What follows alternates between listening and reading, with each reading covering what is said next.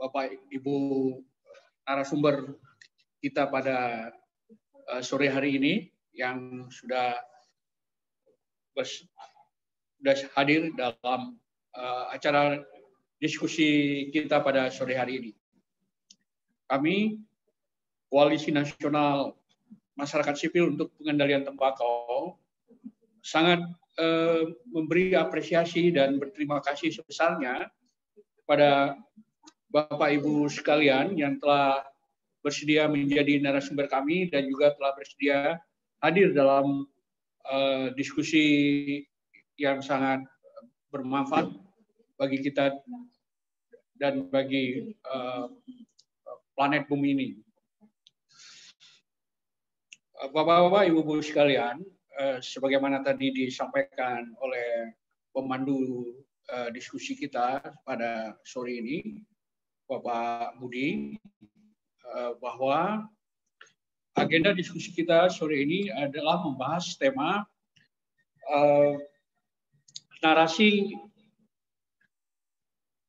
lemahnya narasi kesehatan versus kepentingan ekonomi politik. Suatu refleksi terhadap penanganan pandemi COVID-19 selama tahun 2020. Nah, kenapa tema ini kami angkat sebagai satu pokok pembahasan kita?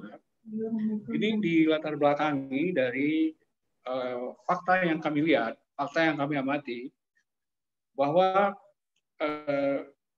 narasi yang muncul, narasi yang mengedepan dalam tahun 2020 itu adalah narasi kepentingan ekonomi politik, ya, kepentingan pemulihan ekonomi yang lebih mengedepan dalam upaya pengendalian, dalam upaya pencegahan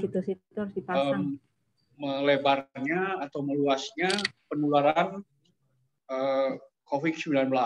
Nah, hal ini bisa kita lihat dari kebijakan-kebijakan yang diambil sejak diumumkannya situasi darurat, ya, dalam rangka untuk menghadapi COVID-19 ini dengan mengeluarkan kebijakan darurat, ya, keadaan darurat sipil, kemudian juga diikuti dengan penerapan PSBB oleh pemerintah daerah, kemudian juga diikuti oleh juga berbagai kegiatan untuk mencegah kerumunan orang, ya. Nah, pemerintah dalam konteks ini lebih kita lihat memang lebih mendorong bagaimana dalam situasi pandemik ini ekonomi tetap berjalan. Nah, karena itu kebijakan-kebijakan ekonomi tampak lebih mengedepan dengan kita lihat alokasi untuk anggaran social security dalam bentuk penggelontoran terhadap UMKM, terhadap bantuan-bantuan sosial, dan juga relaksasi terhadap usaha-usaha besar dan kecil, itu kita lihat sangat mengedepan, ya, dalam tahun 2020 kemarin. Nah, sementara kita lihat narasi kesehatan yang harusnya menjadi motor ke depan itu tidak berjalan seiring dengan narasi ekonomi ini. Nah, narasi kesehatan terlihat lebih sebagai komplementer aja dari kebijakan yang dalam rangka menghadapi pandemi ini.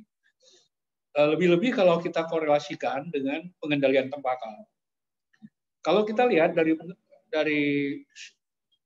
kebijakan pemerintah dalam pengendalian tembakau, dalam konteks pandemi 19 ini terlihat masih belum jelas langkahnya. Padahal kalau kita lihat dari hasil riset, ya, atau pengamatan seorang dokter, ya, public health, Dr. Agus Dwi Susanto, yang mengatakan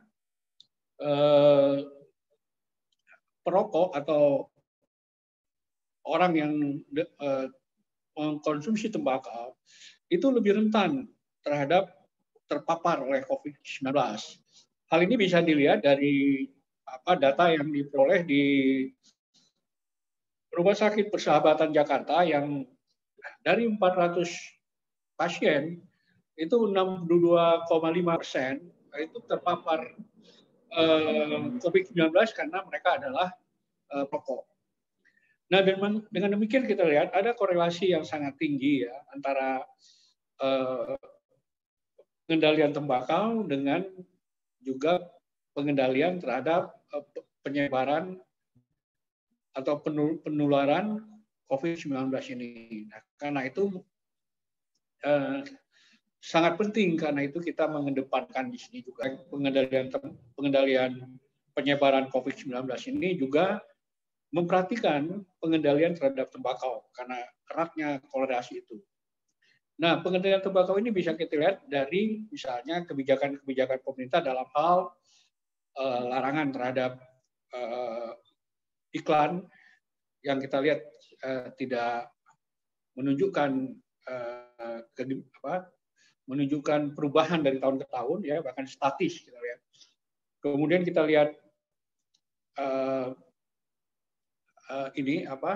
KTR ya, KTR juga merupakan satu instrumen yang penting, tapi KTR sekarang sudah mulai ditantang oleh perusahaan-perusahaan rokok ya dengan menggugat berbagai perda KTR ini.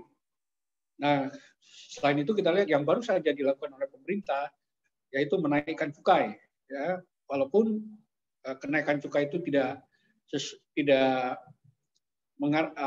sebesar yang dijadikan standar oleh WHO. Tapi itu sudah cukup berarti di tengah absennya kebijakan lain dalam konteks pengendalian tembakau ini sebagaimana yang diamanatkan atau yang terdapat di dalam FCTC. Nah, karena itulah kita dalam diskusi sore hari ini mengundang pakar-pakar untuk bagaimana mengkaitkan atau menggandeng isu public health ini ya dengan bentuk pengendalian tembakau ini juga ikut mengedepan dalam rangka pemerintah mengendalikan tembakau. Karena kita tahu Komite HAM ECOSOC hak ekonomi sosial budaya sudah merekomendasikan kepada pemerintah untuk mengambil langkah-langkah dalam pengendalian tembakau itu dalam bentuk misalnya antara lain direkomendasikan untuk pemerintah meratifikasi FCTC dan langkah-langkah lainnya. Nah, karena itu menurut kami sangat relevan kita mendiskusikan ini bagaimana membawa isu the right to health ini menjadi sesuatu yang mainstreaming isu the right to health ini ke dalam kebijakan pemerintah untuk mengatasi atau mengendalikan penyebaran COVID-19 ini. Jadi tidak melulu yang dibahas adalah situasi ekonomi, yaitu bagaimana memulihkan ekonomi, meningkatkan arus wisatawan ke Indonesia, membantu kelompok-kelompok UMKM dan seterusnya. Tapi juga perlu juga untuk mengukuhkan atau mengembalikan kembali isu public health atau isu direct to health ini ke dalam wacana atau ke dalam kebijakan pemerintah dalam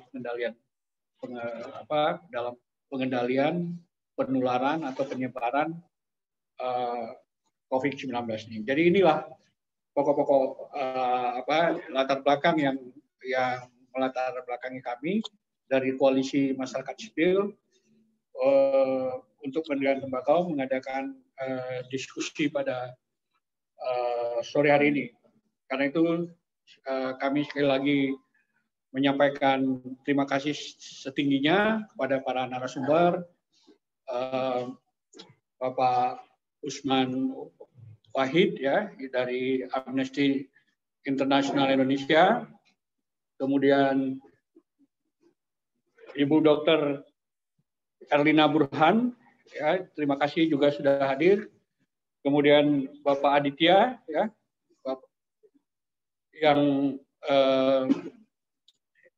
yang menggantikan Bapak Abednego Pancaputra Tarigan, ya, dari Kedeputian 2 Kantor Kepala Staf Presiden, yang juga bergabung bersama kita dalam diskusi sore hari ini. Dan Pak Budi, ya, yang bersedia memandu diskusi kita pada sore hari ini. Karena itu saya kembalikan kembali acara ini kepada Pak Budi untuk segera memulai diskusi ini. Dan sekali lagi selamat berdiskusi kepada Bapak-Bapak sekalian yang hadir pada acara sore ini. Terima kasih Pak Budi. Terima kasih Pak Ifdal Kasim atas sambutan yang diberikan atas nama Koalisi Masyarakat Sipil untuk Pengendalian Tembakau. Baik Bapak Ibu sekalian, tadi hal yang penting terkait dengan yang disampaikan oleh Pak Ifdal adalah mainstreaming right to health. Jadi bagaimana hak atas kesehatan itu bisa menjadi arus utama yang paling penting. Ekonomi penting betul, tapi kesehatan juga sama pentingnya. Ini yang kira-kira harus kita suarakan. Kesehatan, ekonomi, politik sama pentingnya untuk kita diskusikan terkait dengan pengendalian tembakau yang saat ini terjadi. Dulu sebelum pandemi orang berpikir bahwa orang bisa merokok bebas di mana saja, kapan saja, ya. Dan sekarang setelah pandemi ada, orang berpikir ketika orang merokok artinya apa? Membuka mulutnya dan menghembuskan asapnya, maka peluang untuk terjadinya pertukaran nafas atau pertukaran asap ke paru-paru orang itu menjadi terbuka lebar. Nah, itulah kenapa hal ini penting, karena kenapa orang harus pakai masker. Dengan pakai masker setidaknya tidak merokok, ya. Selama memakai masker tidak merokok. Nah, ini kita perlu, kenapa nanti narasumber yang pertama mau kita undang yaitu Bu Erlina, Dr. Erlina Burhan, ya. Dokter pasti tahu persis mana yang paling penting kira-kira ketika penanganan evaluasi COVID-19 ini. Apakah sisi preventifnya, orang pakai masker itu preventif, orang mencuci tangan itu preventif, daripada orang sudah masuk ke rumah sakit atau sisi kuratif, masuk ke rumah sakit persahabatan, ditangani dokter, dini, dan lain sebagainya, pilih mana? Pilih tidak sakit atau pilih sakit tapi diobati. Nah, kita semuanya, para yang join di webinar ini, menginginkan Bu Erlina bisa menjelaskan secara tegas mana bagian yang paling penting, preventif atau kuratif kah? Silahkan Ibu Dr. Erlina untuk menyalakan mic-nya, Bu Erlina. Pak Budi. Silakan, ya, langsung Ibu. Apakah terlihat ini? Terlihat dengan baik. Tinggal di display full aja, Bu. Iya, saya diminta tentang apakah yang penting kuratif atau preventif. Baik, pendahuluan dulu bahwa coronavirus ini atau COVID-19 sudah luar biasa memprihatinkan. Dari global data yang menunjukkan sudah 100 jutaan kira-kira, ya. Ini dikit lagi nih 100 juta nih, tanggal 28 Januari sekarang 29, jadi sudah 100 juta, meninggal lebih dari 2 juta. Indonesia sudah 1 juta, ya, artinya Indonesia menyumbang 1% dari kasus dunia. Ini sungguh-sungguh prihatin kita, ya. Dan transmisi virus ini terus berlangsung dari manusia ke manusia melalui droplet, karena manusia tidak bisa menahan diri untuk tidak berinteraksi. Inilah salah satu penyebab kenapa penularan terus berlangsung. Ya, dan kita tahu perkembangan COVID ini sangat dinamis. Sekarang ada reinfeksi, ada positif persisten, ada long COVID, ada mutasi virus, dan vaksinasi. Ini salah sedikitnya persisten, bukan persinten. Baik, nanti saya perbaiki sebelum kita share kepada peserta, ya. Ya, gejalanya semua sudah tahu ya, banyak gejala saluran nafas, tapi juga ada gejala-gejala yang lain seperti gejala umum ya, lemas, nyeri otot, kram otot, mual, sakit perut, diare, menggigil dan lain-lain. Bahkan sekarang ada gejala-gejala yang di luar organ pernafasan sama sekali, bisa menyerupai stroke, bisa mata merah, bisa delirium ya, bisa halusinasi, dan bisa ada juga kelumpuhan. Jadi sekarang COVID ini sudah menyerang hampir semua organ. Dan kita tahu juga kepada masyarakat yang punya komorbid seperti hipertensi, diabetes, penyakit jantung dan lain-lain, mohon berhati-hati, segeralah membuat penyakitnya menjadi terkontrol, jadi minum obat rutin setiap hari supaya tidak terjadi penurunan imunitas, karena penyakit-penyakit yang saya sebutkan tadi menimbulkan imunitas yang turun, sehingga kalau ada virus yang masuk akan sangat mudah untuk memperbanyak diri dan menimbulkan kesakitan. Ya, tadi saya bicara tentang kasus reinfeksi. Apakah masih bisa tertular COVID setelah sembuh? Jawabannya bisa, karena ini bulan Juni yang tahun lalu dilaporkan dari Amerika, ada seorang laki-laki yang sudah dinyatakan sembuh, tapi 2 bulan kemudian punya gejala yang sama. Ketika diperiksa ternyata terkonfirmasi positif dengan isolat yang berbeda. Dan khusus untuk yang kasus ini, infeksi yang kedua, gejala klinisnya lebih berat. Dan juga ini laporan ini sudah ditemukan di banyak negara termasuk Indonesia. Jadi termasuk Indonesia bahwa orang terinfeksi ulang atau tertular ulang. Ya. Mengapa terjadi reinfeksi? Jadi seseorang yang sudah sembuh itu mempunyai antibodi dalam tubuhnya. Antibodi ini akan memberikan kekebalan terhadap virus COVID. Namun antibodi yang terbentuk ini akan hilang dalam waktu 3-12 bulan, sehingga masih ada potensi atau kemungkinan untuk tertular ulang atau reinfeksi. Oleh sebab itu saya tidak bosan-bosan menyampaikan, bagi Anda yang sudah sembuh, tetaplah menjaga protokol kesehatan untuk pencegahan supaya jangan tertular ulang, karena ada kasus yang tertular ulang, yang kedua ini lebih berat dari yang sebelumnya. Nah, ada juga sekarang yang disebut positif persisten. Jadi sudah isolasi mandiri namun masih terus positif. Apakah ini masih menularkan atau tidak? Ya, jadi dikatakan bahwa RNA virus SARS-CoV-2 ini masih bisa terdeteksi di spesimen pemeriksaan PCR hingga 12 minggu. Jadi dalam waktu 3 bulan masih bisa pada orang-orang tertentu ya. Namun sebetulnya setelah 3 minggu muncul gejala, sebetulnya virus itu sudah tidak berdaya, atau kita katakan tidak bisa lagi bereplikasi, tidak lagi produktif, tidak lagi membuat sakit. Jadi artinya virusnya sudah mati. Jadi oleh sebab itu kalau sudah lewat 3 minggu, bahkan lewat sebulan, tidak ada gejala, masih positif, nggak usah khawatir, itu adalah partikel virus atau fragmen dari virus atau serpihan-serpihan virus yang terdeteksi oleh alat. Saya sering mengatakan kepada pasien, ini cuma bangkai-bangkai virus, jadi tidak berbahaya, tidak menularkan. Ya. Ya, jadi kadang-kadang ini, tapi ini untuk kalangan dokter kita bicara bahwa kita melihat city value. Apa itu city value? Adalah jumlah siklus perputaran mesin yang dibutuhkan oleh mesin untuk dapat mendeteksi materi genetik. Jadi virus itu materi genetik ya.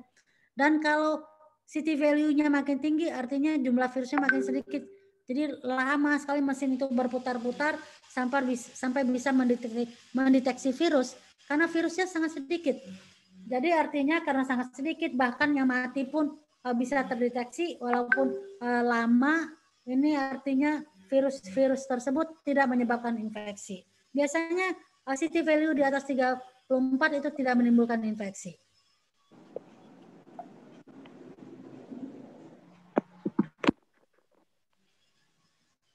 Ya, ada lagi istilah yang disebut sebagai long COVID, yaitu gejala yang mungkin masih tersisa walaupun sudah sembuh. Jadi ini memungkinkan karena walaupun sudah 2 kali negatif, sudah dinyatakan sembuh, tapi beberapa organ yang terdampak sebelumnya butuh waktu untuk recover. Biasanya yang gejala yang tersisa adalah rasa capek, anosmia, agesia, diare, mual, batuk, sesek, nyeri kepala, nyeri dada, nyeri perut, dan sangat mengganggu adalah ada pasien-pasien yang mengeluh seperti linglung, bingung, sering lupa, susah konsentrasi, dan bahkan ada beberapa yang amnesia. Tapi jangan terlalu khawatir karena sesungguhnya ini akan hilang setelah 12 minggu.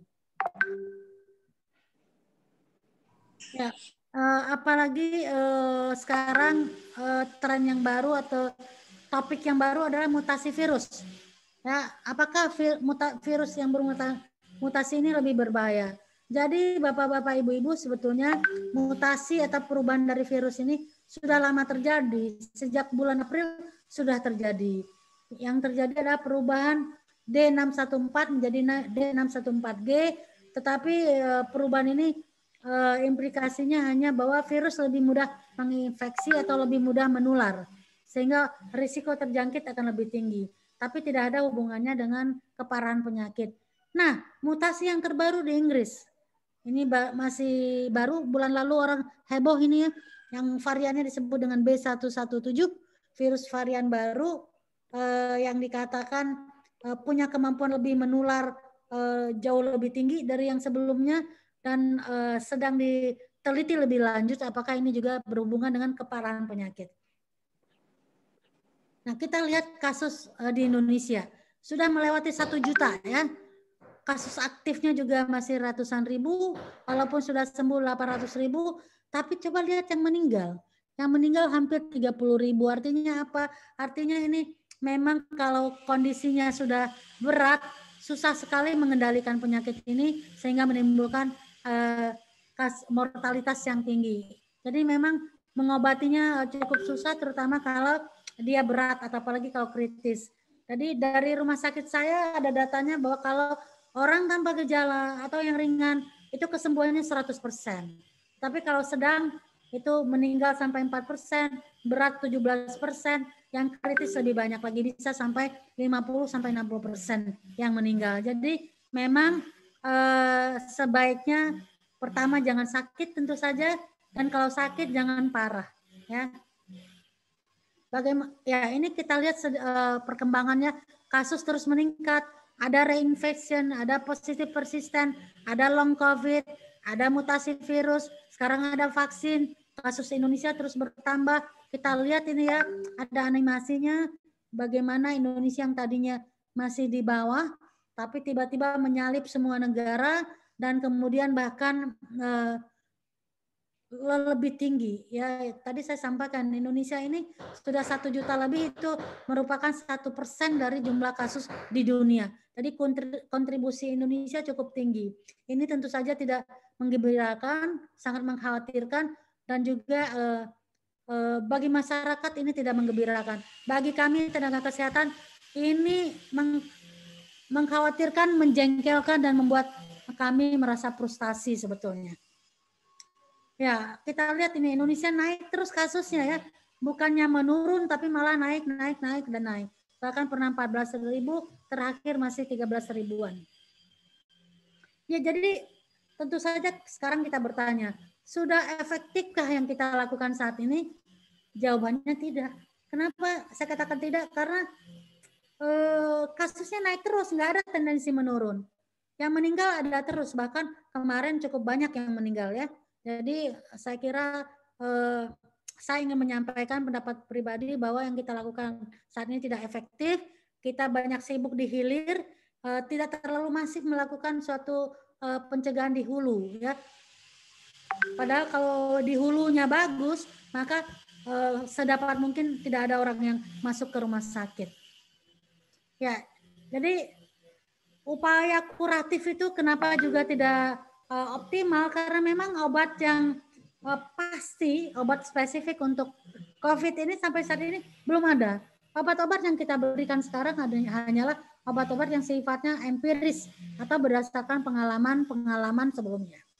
Ya, dan juga beberapa obat baru yang sedang masih dalam uji klinis hasilnya pun menunjukkan inkonsisten. Pada satu penelitian bagus, penelitian yang lain kurang bagus. Ya, jadi situasi sungguh memprihatinkan, kasus meningkat, kematian meningkat, ada reinfeksi, mutasi virus, maka pencegahan adalah sangat-sangat penting sekarang. Pencegahan dari pemerintah 3T harus dilaksanakan, ya, tracing, testing, dan treating dengan isolasi, ya. Kita tahu tracing ini kalau dilakukan masif, maka akan ditemukan orang-orang tanpa gejala atau yang masih ringan-ringan. Dan saya sampaikan tadi dari rumah sakit, kami orang tanpa gejala atau yang ringan kesembuhannya 100%. Dan sekarang bahkan mereka tidak perlu dirawat, cukup isolasi mandiri di rumah atau di fasilitas karantina pemerintah. Kemudian masyarakat melakukan apa? Melakukan 3M. Memakai masker, menjaga jarak, dan mencuci tangan. Selanjutnya ada kewajiban meningkatkan imunitas dengan menjalankan pola hidup bersih dan sehat. Ini PHBS ya, salah ketik lagi, nanti saya perbaiki. Dan yang penting juga berhenti merokok. Karena asap rokok itu akan menimbulkan kelumpuhan pada sistem pembersihan dari pertahanan dari saluran nafas, sehingga apapun yang masuk akan bisa menimbulkan infeksi. Dan yang terakhir, meningkatkan imunitas dengan vaksinasi. Ya, jadi upaya preventif yang dilakukan adalah tes cepat, tapi tes cepatnya bukan antibody ya, sekarang antigen, kemudian tracing kenapa penting, karena menemukan kasus yang dikatakan ketemunya orang OTG atau yang ringan, sehingga mereka cepat diisolasi. Kalau diisolasi segera tidak menularkan dan mereka juga kesembuhannya 100%. Dan 3M itu sudah digaungkan sejak dulu, tapi masalahnya adalah orang tidak disiplin, masyarakat tidak disiplin. Kadang-kadang memakai masker, kadang-kadang tidak. Kalau disuruh pakai masker, kalau diawasi pakai masker, kalau sedang ada sidak pakai masker, tapi tidak selalu dilakukan. Ya, PSBB juga kadang-kadang ketat, kadang-kadang tidak, dan memang implementasinya di lapangan tidak optimal, tidak konsisten. Nah, sekarang ada harapan baru sekali, yaitu vaksin. Mudah-mudahan tidak banyak orang yang menolak vaksin ini, karena vaksin ini ternyata memang jauh lebih baik daripada tidak divaksin, karena akan bisa menimbulkan terbentuknya antibodi, sehingga antibodi itu akan bisa mencegah seseorang atau bisa mampu melawan virus yang masuk. Dan kalau banyak orang yang divaksinasi, maka akan terbentuk herd immunity. Jadi sebagian besar penduduk sudah kebal, sehingga dapat melindungi kelompok kecil yang rentan karena tidak bisa divaksinasi, atau karena memang ada komorbid, atau karena tidak visible untuk vaksinasi. Ya, baik, jadi memakai masker itu dikatakan memberikan perlindungan terhadap droplet ya 60-80%, menjaga jarak, dengan menambahkan menjaga jarak maka akan lebih baik lagi hasilnya, ya. Dan menghindari kerumunan dikatakan efektif menurunkan 38% potensi penambahan kasus COVID. Dan mencuci tangan juga, terutama dengan desinfektan yang mengandung alkohol di atas 70-80%, itu membunuh virus dalam 15 detik. Ya, dan juga cuci tangan dengan air sabun, itu juga deterjen juga dianggap sangat efektif. Mengapa kita harus memakai masker? Ini saya punya animasinya, kita lihat ya. Hai. Ih, kamu kok nggak pakai masker? Nggak apa-apa.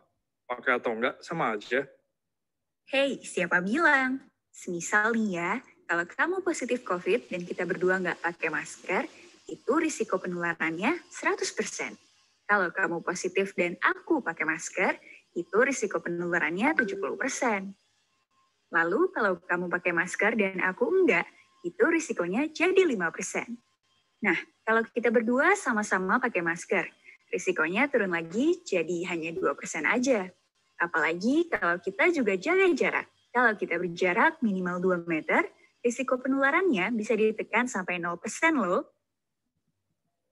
Ya, jadi kita sudah lihat tadi mengapa pentingnya memakai masker ya, tapi memang untuk prevention ini dilakukan banyak hal, karena satu cara saja kadang-kadang ada kelemahannya, jadi lakukanlah berlapis-lapis seperti modelnya keju Swiss ya.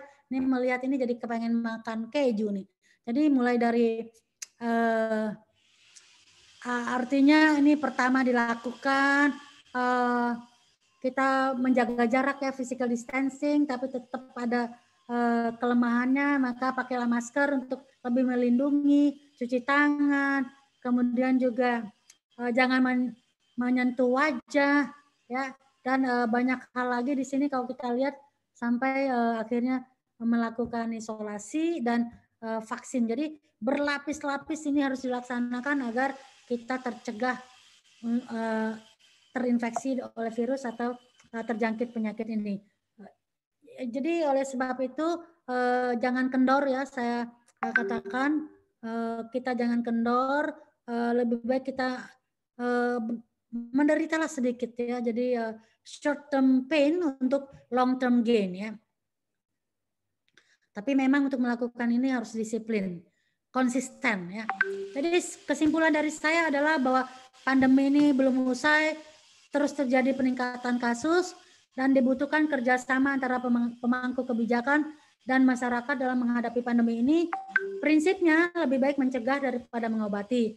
Dan tidak ada metode yang benar-benar efektif 100% melindungi kita dari COVID. Masing-masing protokol kesehatan memiliki efektivitas, maka oleh sebab itu mari kita kombinasikan semuanya agar potensi pencegahan menjadi lebih sempurna. Terima kasih, sekian dari saya. Jadi ini kata-kata lama ya, yang sangat-sangat apply untuk kondisi saat ini. Prevention is better than cure. Terima kasih. Assalamualaikum warahmatullahi wabarakatuh. Saya kembalikan kepada Pak Budi. Siap. Terima kasih Dr. Erlina yang telah menjelaskan poin-poin sangat penting menurut saya terkait dengan baikan mana antara preventif dengan kuratif. Terjawab di slide yang terakhir bahwa preventif itu pasti lebih baik daripada mengobati. Terjawab, dan beberapa hal yang terkait dengan Dr. Erlina sebutkan, virus ini muncul dengan simptom gejala penyakit dengan 1000 wajah ya.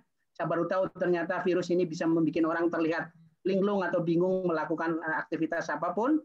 Terus berikutnya, apakah upaya kita ini sudah efektif? Tadi dijawab sama Dr. Erlina, belum sepenuhnya efektif ya. Karena apa? Terjawab tadi Dr. Erlina sebut sebagai kita sibuk di hilir. Harusnya kita juga sibuk di hulu. Nah, dengan sibuk di hulu, hilirnya harusnya lebih sedikit pelan ya, lebih slow. Apa yang perlu dilakukan? Pemerintah perlu lakukan 3T, masyarakat perlu lakukan 3M. Ya. Baik sekali Dr. Erlina yang telah menjelaskan secara gamblang apa yang perlu dilakukan oleh pemerintah dan apa yang perlu dilakukan oleh masyarakat. Baik, sesi yang kedua, narasumber yang kedua, saya mengundang Mas Aditya Syarif. Beliau adalah di Deputi 2, seingat saya di Deputi 2 KSP, Kantor Staf Kepresidenan. Mas Aditya bisa menyalakan mic-nya.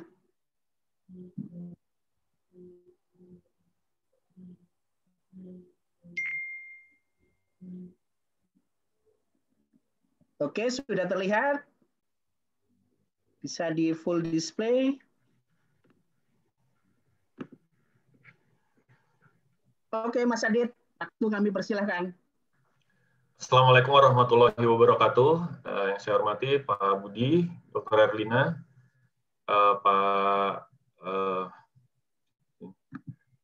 Ifdal Kasim, dan Bang Usman. Izin ingin menyampaikan mungkin diskusi ya mengenai apa sih yang sudah pemerintah lakukan gitu, dan what's next gitu kurang lebih.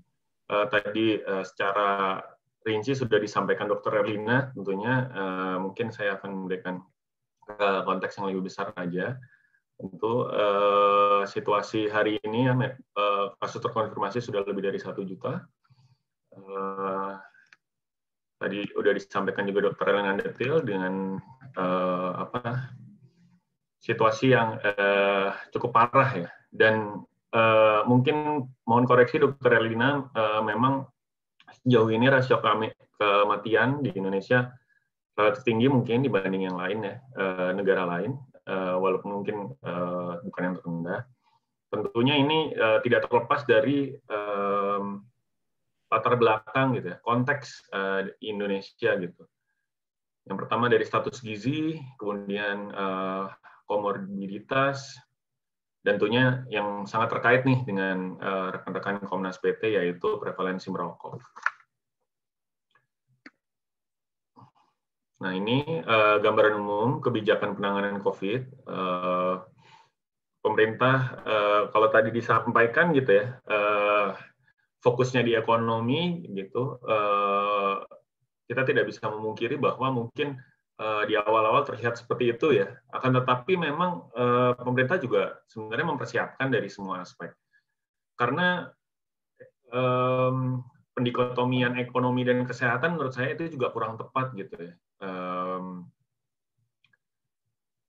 Kesehatan itu juga sangat penting gitu dalam konteks pemulihan ekonomi, dan pun demikian ekonomi itu juga sangat penting untuk menunjang kesehatan gitu, keberhasilan sektor kesehatan. Ini sekilas gitu ya. Sekali lagi arahan Presiden terakhir tentunya kita semua paham. Perhatian utama itu di kesehatan, bagaimana kita bisa segera pulih dari pandemi. Dan konteksnya sektor yang lain termasuk ekonomi, itu arahnya ke depan tetap diperlukan. Konteksnya sebagai bagaimana itu bisa mendukung keberhasilan dari penyelesaian pandemi itu sendiri. Misalkan perluasan bantuan sosial gitu ya. Bagaimana tentunya shock itu pasti ada, tapi bagaimana shock yang dirasakan oleh masyarakat, menurut survei itu 60% masyarakat Indonesia terdampak, itu bisa tereduksi sekaligus untuk menopang keberhasilan dari upaya preventif yang kita upayakan bersama. Ya, ini kedepannya tentu saja saya ingin menekankan ada di poin nomor 5 ya dari apa yang sudah disampaikan oleh Pak Presiden, yaitu evaluasi secara rutin. Tentunya pemerintah juga mengakui bahwa penanganan pandemi tidak sempurna gitu. Akan tetapi iterasi kebijakan dan evaluasi terus dilakukan. Mungkin saya akan tidak ingin berpanjang-panjang gitu ya. Kita langsung ke fokus pemerintah di tahun 2021. Saya mengutip apa yang disampaikan oleh Bapak Menteri, dan tentunya ini sudah didiskusikan di ratas ya, dan merupakan arahan Presiden, yaitu bahwa prioritas yang pertama itu tentunya mempersiapkan vaksinasi itu bisa berjalan dengan lancar dan baik, dan kemudian yang kedua itu bagaimana upaya preventif tadi bisa dikedepankan. Kalau saya mengutip lagi apa yang disampaikan oleh Pak Menteri Kesehatan, mungkin selama ini kita lebih fokus gitu ya, ngepel lantai yang basah, tapi belum memperbaiki atap yang bocor seperti itu. Tentunya ini memerlukan juga dukungan semua pihak gitu ya, upaya ini.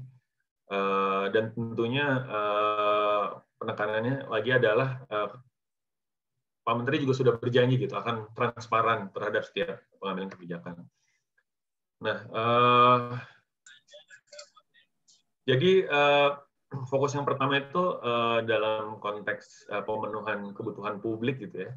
Tentunya pemerintah sudah menetapkan bahwa vaksinasi akan gratis dan dilakukan dalam 4 tahap dengan target 70% penduduk. Kemudian bagaimanapun lantai tetap harus dipel gitu ya. Sudah ada kebijakan untuk peningkatan kapasitas, kemudian komitmen untuk melakukan tracing dan testing, peningkatan kapasitas testing dan tracing yang memenuhi kaidah epidemiologi. Tapi sekali lagi, dengan situasi ekonomi yang memang terdampak oleh COVID, gitu ya, akan sulit gitu meminta ketaatan masyarakat apabila kebutuhan sehari-harinya juga belum terpenuhi, gitu, Bapak Ibu. Itu menurut kami bagian yang tidak terpisahkan, gitu. Jangan sampai juga ada orang yang mati kelaparan, gitu misalkan. Ini tentunya banyak juga di sosial media ya, terutama biasanya sih pemilik restoran itu menyampaikan bahwa kita tidak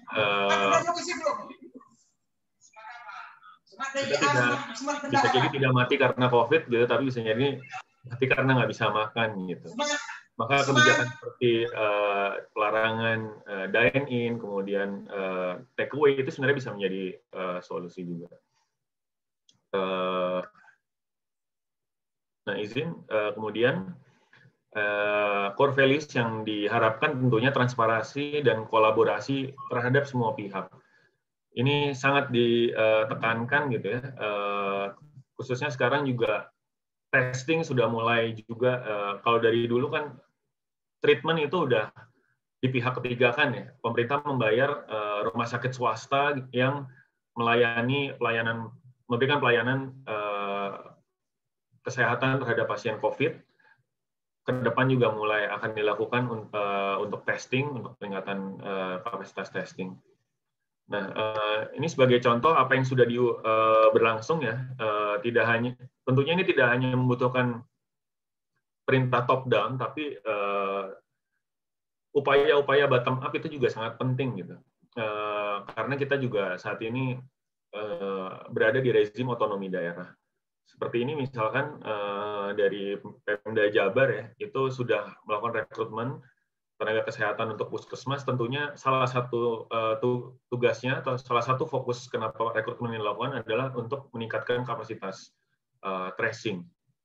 Kemudian ini yang di sebelah kanan ada, ini bukan dari pemerintah daerah tapi inisiatif masyarakat sipil gitu ya, dalam menyelesaikan masalah-masalah yang timbul akibat pandemi.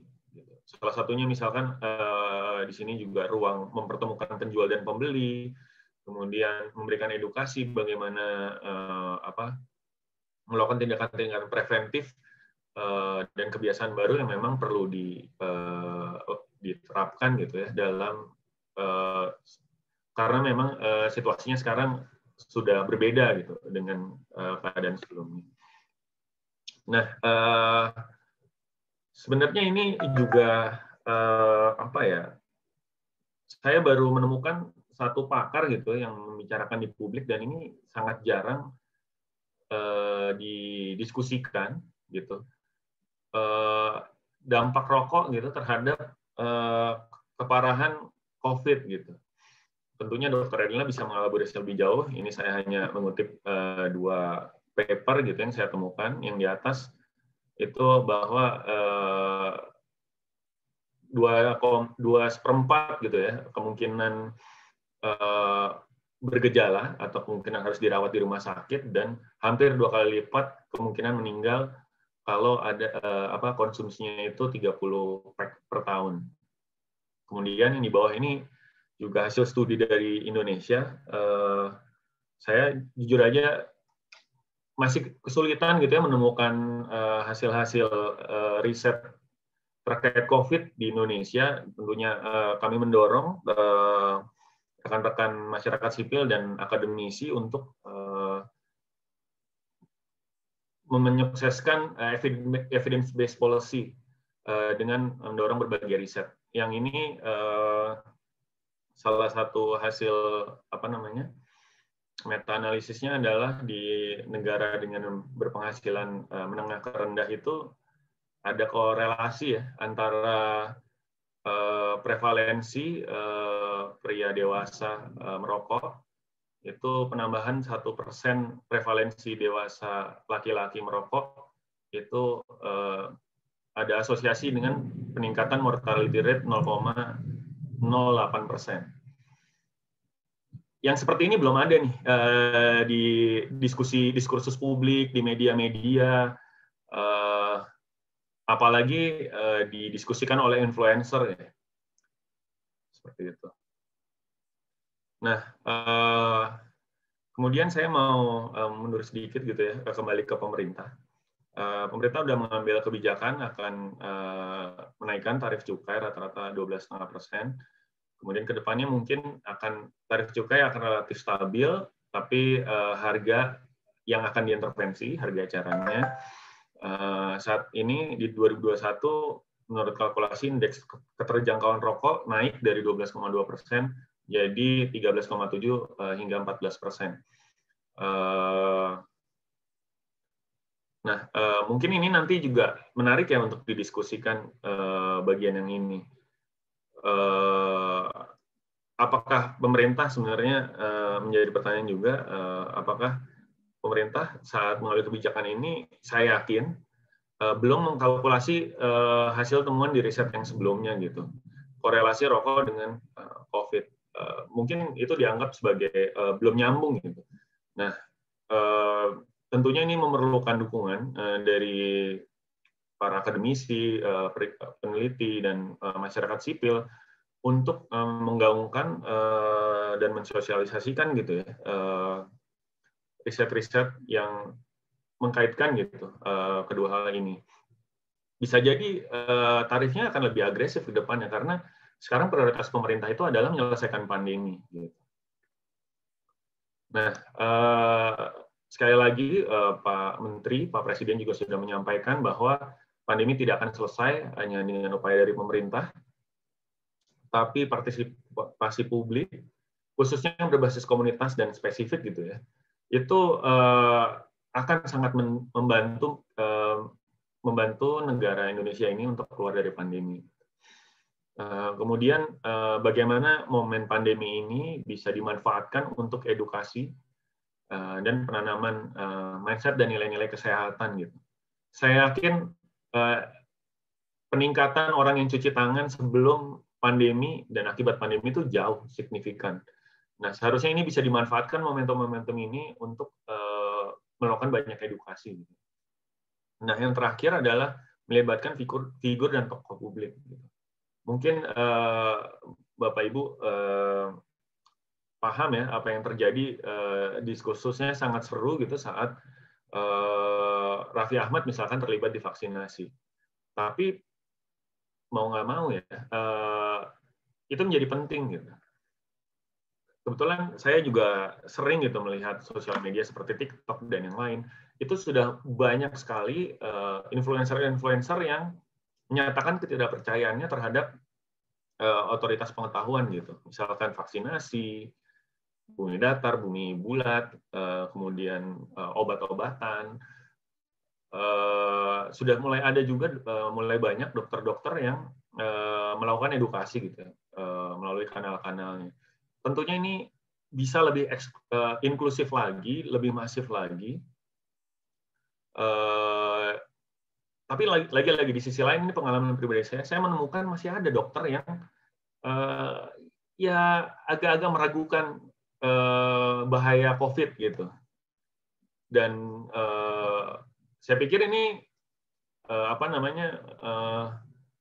organisasi profesi dan yang lain itu perlu terlibat juga ya, agar untuk memastikan nilai-nilai kesehatan gitu, nilai-nilai yang kita perlukan bersama, mindset yang kita perlukan bersama dari masyarakat, agar kita bersama-sama bisa melewati pandemi ini dengan baik, menyelesaikan pandemi ini sesegera mungkin dan dengan baik. Kurang lebih itu dari saya. Terima kasih banyak. Wassalamualaikum warahmatullahi wabarakatuh. Waalaikumsalam warahmatullahi wabarakatuh. Terima kasih Mas Adit atas paparannya yang luar biasa. Ada kalimat yang perlu saya quote dari Pak Menkes ya.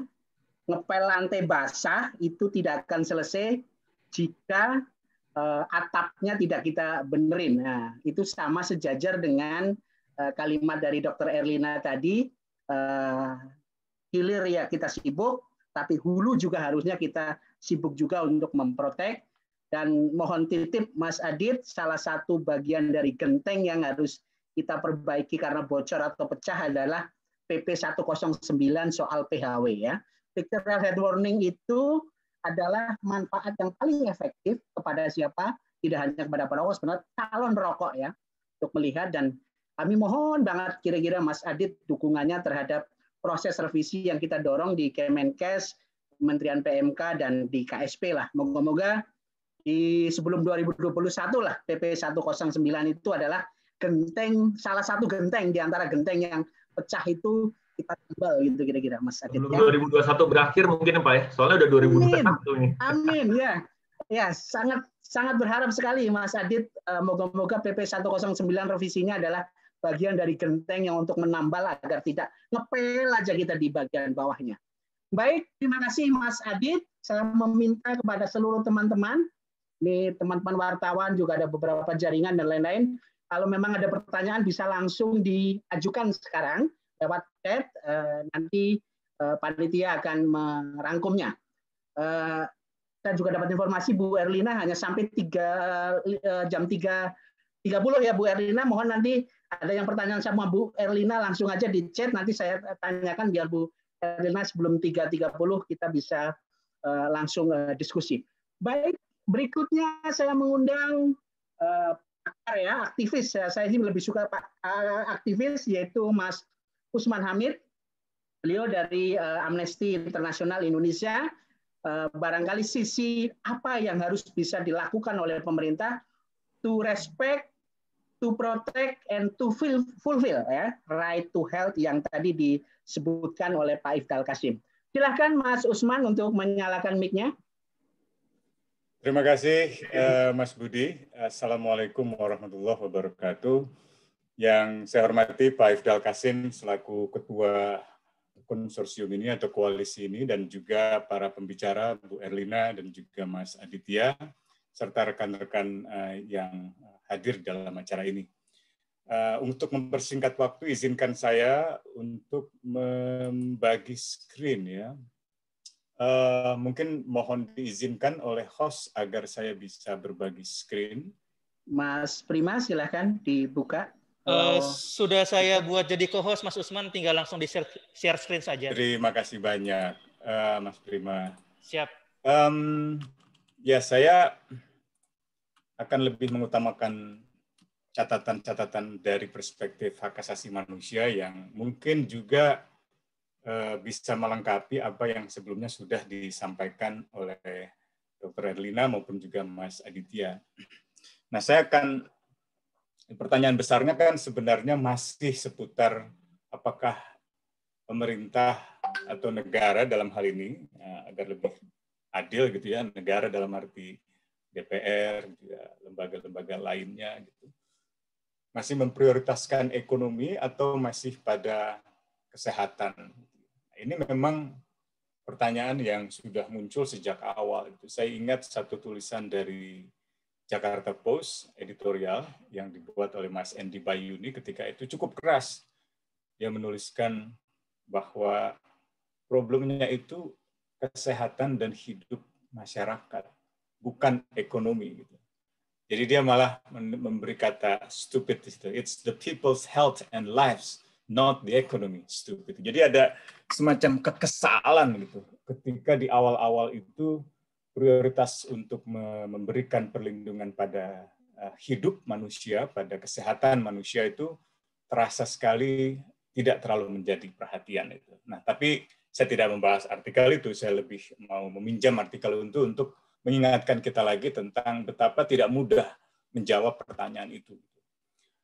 Nah, bagian pertama saya mungkin akan lebih banyak menjelaskan catatan Amnesty tentang krisis-krisis kesehatan dan juga ekonomi, resesi ekonomi yang memang kita hadapi dalam satu konteks yang sebenarnya menjadi lebih memberatkan usaha untuk mengatasi keduanya itu, yaitu konteks kemunduran demokrasi.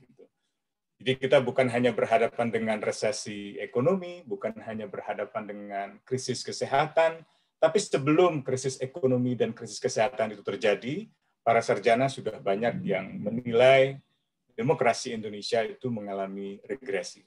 Yang kedua, mungkin saya akan coba paparkan tentang beberapa perspektif tentang kesehatan, khususnya dari sudut pandang hak asasi manusia dan keadilan sosial. Dan yang ketiga, melihat kerangka hukum internasional di dalam hak-hak atas kesehatan, khususnya bagi masyarakat atas hak kesehatan, bagi tenaga kesehatan, dan juga bagi para pekerja. Dan catatan-catatan terakhir mungkin lebih masuk kepada bagaimana sebenarnya ketegangan-ketegangan perdebatan itu antara kesehatan atau ekonomi. Dan mungkin saya akan tutup dengan beberapa kesimpulan. Nah, ini problem yang kita hadapi memang. Dalam tahun-tahun terakhir, ekonomi Indonesia sangat melambat. Gitu. Dan pelambatan ekonomi ini membuat pemerintah memang sejak mula memprioritaskan ekonomi di atas segalanya. Gitu. Banyak sekali para sarjana yang menulis tentang ini. Gitu. Bahkan ada yang menyebutnya sebagai menghidupkan agenda pembangunanisme ala Orde Baru. Gitu. Nah, di masa Orde Baru itu yang disebut-sebut sebagai pembangunanisme atau developmentalisme itu mengesampingkan people's life, hidup manusia, mengesampingkan kebebasan, mengesampingkan agenda-agenda lain yang sebenarnya sangat penting, setidak-tidaknya setara untuk dibandingkan dengan ekonomi. Kalau kita lihat GDP growth kita juga seperti ini, jadi masih sangat buram, suram gitu ya. Tidak ada peningkatan, bahkan sempat anjlok pada tahun lalu, jatuh ke jurang resesi, dan saya kira ini menimbulkan banyak dilema-dilema dalam politik penganggaran. Beberapa kolega di pemerintah itu selalu berpikir dua kali untuk melanjutkan program-program yang telah ada kalau misalnya itu menyangkut anggaran yang sudah direalokasi pada penanganan COVID.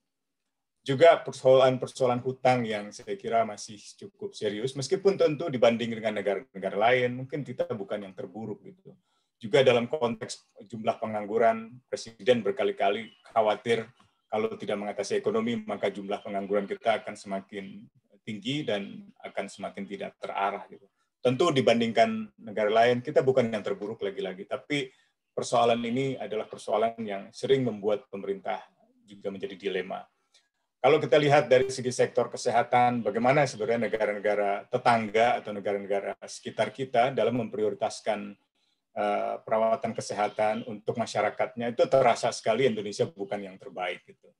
Bahkan kalau di dalam tabel ini justru yang paling rendah dari segi komitmennya untuk perawatan kesehatan. Gitu. Nah, ini yang saya kira menjadi latar belakang dan perhatian banyak pemerhati kesehatan dan juga pemerhati hak asasi manusia. Gitu. Nah, bagaimana sebenarnya perspektif internasional, nasional dalam melihat itu dari sudut pandang keadilan sosial atau hak asasi manusia. Nah, saya mau ambil satu sudut pandang dari ahli PBB yang memang ditugaskan untuk melihat dampak-dampak dari krisis ekonomi, dari resesi ekonomi, termasuk hutang-hutang luar negeri dan juga implikasinya pada soal hak asasi manusia. Nah, pandangan yang menarik dari dia yang pertama adalah bahwa stimulus fiskal itu atau paket-paket perlindungan sosial yang diarahkan pada masyarakat itu harus kepada mereka yang paling sulit untuk menjangkau atau mengatasi krisis ini. Nah, ini sangat penting untuk mencegah atau memitigasi resiko-resiko terburuk dari wabah yang terjadi di Indonesia. Yang kedua, yang juga dia katakan adalah bahwa layanan-layanan publik itu harus disediakan secara cuma-cuma. Kita tadi Mas Aditya menyebut bahwa vaksin gratis ya. Kalau kita lihat di dalam masyarakat, di tengah-tengah kehidupan masyarakat, kebetulan beberapa keluarga saya juga mengalami COVID ya. Ada satu yang meninggal dunia, kakak ipar, adik kandung saya itu baru lepas dari ICU, betapa sulitnya mencari ICU, saya dibantu dokter Maharani dan lain sebagainya, baru keluar. Ada abang saya sekarang di Mayapada juga masih dirawat. Gitu ya. Nah itu untuk tes-tes saja di awal itu sangat sulit untuk mendapatkan yang gratis. Gitu. Bahkan RT RW setempat tidak seluruhnya itu bisa dengan mudah, misalnya katakanlah merespon cepat untuk memberikan disinfektan, menyediakan tes gratis di kelurahan itu tidak semudah yang kita bicarakan di dalam forum-forum diskusi semacam ini. Nah, ini penting bagi Juan Pablo Boholawski ini, seorang pelapor, seorang ahli PBB, agar itu benar-benar digratiskan. Bagaimanapun juga, kalau orang-orang yang tidak punya akses itu tidak diberikan gratis, itu akan menambah krisis kesehatan publik. Dan itu mungkin akan menimbulkan semacam krisis yang lebih cepat pada sektor kesehatan dan lebih massal skalanya. Yang ketiga, yang juga dia ingin perhatikan adalah para pekerja di sektor informal, gitu, yang biasanya bekerja per hari, gitu ya, atau daily earners. Gitu. Jadi kalau nggak kerja ya nggak dapat di hari itu. Nah, orang-orang inilah yang nggak mungkin bekerja di rumah seperti kita di sini. Saya bisa bekerja dengan meja, kursi, laptop atau desktop yang mungkin tidak banyak mengurangi keperluan untuk bekerja di luar. Tapi ada banyak lagi yang ekonominya sangat tergantung gitu dari keluar tidaknya dia dari rumah gitu. Dan insentif-insentif fiskal semacam ini tuh sangat perlu untuk mereka yang tinggal di rumah dan meninggalkan pekerjaan. Buruh-buruh pabrik itu kan nggak mungkin karena alat produksinya di pabrik gitu. Begitu pula dengan pekerja-pekerja sektor informal yang lain gitu. Jadi saya kira sejak awal itu ada semacam kebimbangan yang terasa dari pemerintah gitu ya, untuk misalnya di sektor pabrik-pabrik itu tidak mendisiplinkan perusahaan-perusahaan yang dengan mudah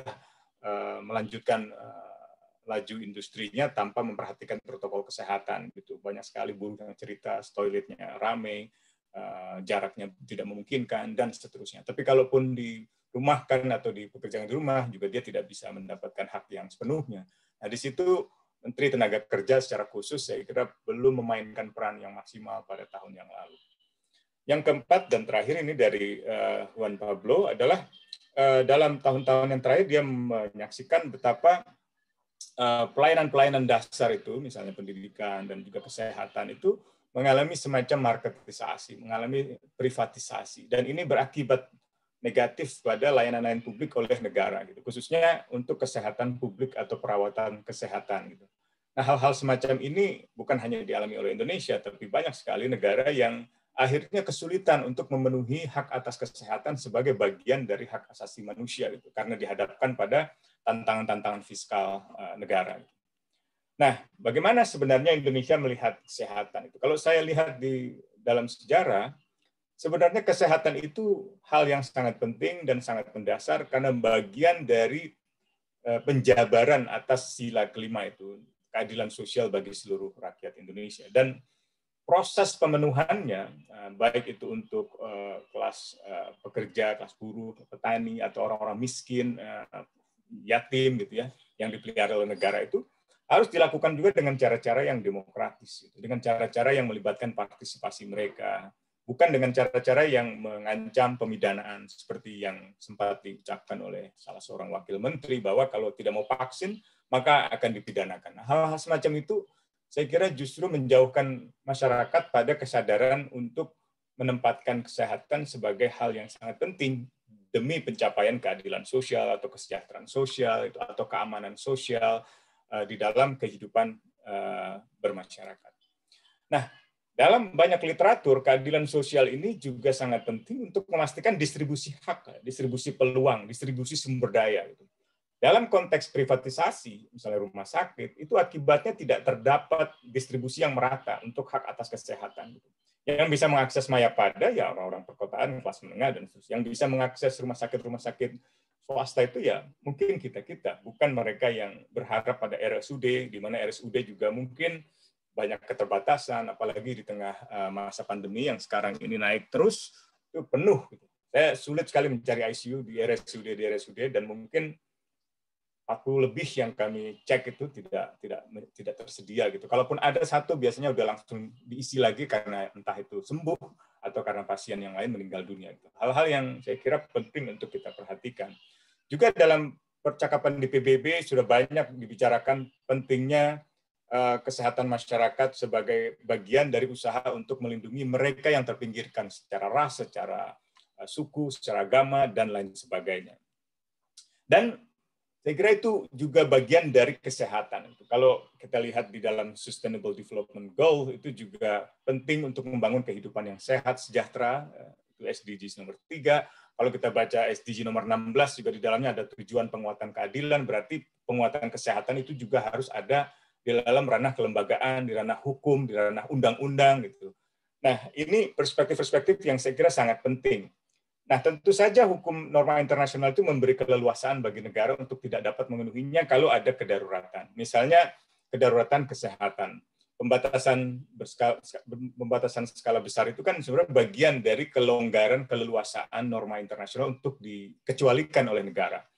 Dalam konteks itu, ketika pertama kali berlaku PSBB, saya kira Komnas HAM mengingatkan satu hal yang sangat penting tentang perspektif hak asasi manusia, yaitu bahwa pandemi COVID ini harus dilihat sebagai kedaruratan kesehatan, bukan kedaruratan yang lain, misalnya kedaruratan keamanan. Gitu ya.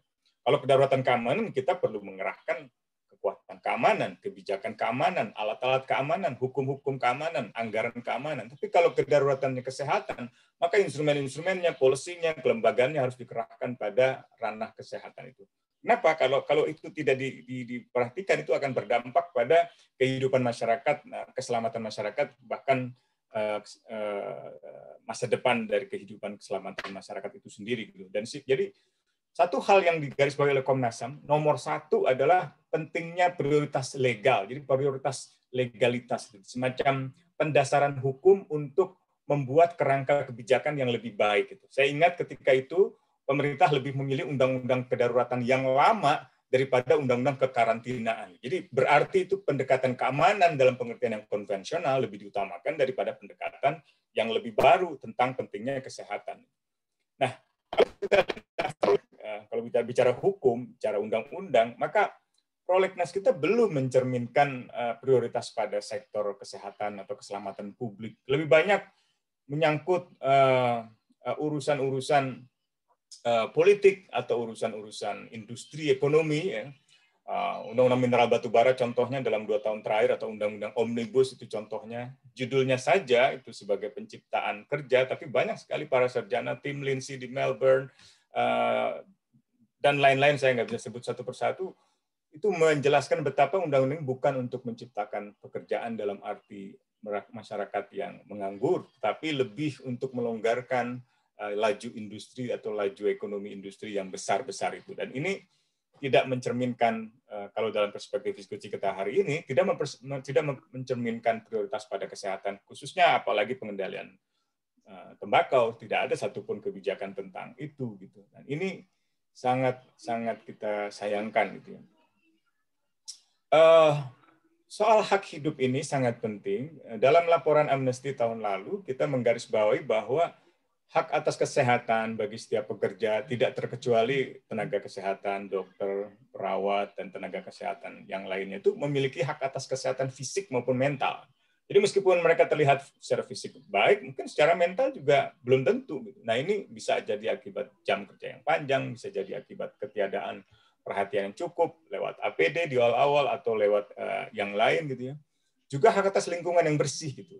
Nah, di sini penting kita untuk melihat pengendalian tembakau, pengendalian rokok gitu ya, di dalam kehidupan kita, di sekolah atau di lingkungan kita lah yang terdekat, di warga kita, itu juga kurang mendapatkan perhatian. Tadi menarik untuk menyimak poinnya Mas Aditya bahwa mungkin ini yang perlu dikedepankan. Jadi wacana-wacana semacam ini yang ada di dalam para ahli pengendalian tembakau untuk diarus utamakan di dalam wacana publik tentang penanganan COVID itu.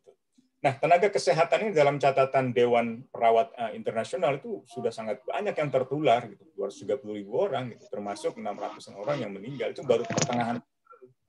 Kalau kita di Indonesia sampai Desember, ingat saya udah 500-an, dokter, perawat, dan lain sebagainya. Dalam catatan Amnesty International, pekerja kesehatan yang meninggal itu totalnya 3.000 lebih, itu di 3 negara. Itu pun pertengahan tahun lalu, belum kita hitung per hari ini. Pertengahan Desember yang kemarin itu sebenarnya ini 327 masih 3 tahun lalu. Setelah kita cek lagi sebenarnya lebih dari itu. Mungkin bisa diverifikasi oleh ID atau oleh PPNI dan lain sebagainya.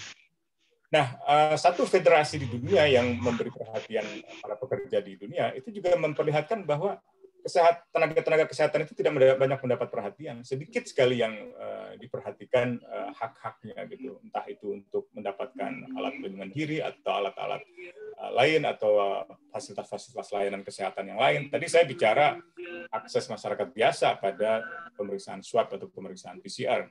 dokter-dokter ada saja di berbagai daerah itu masih kerap kali tidak mudah mendapatkan hal itu.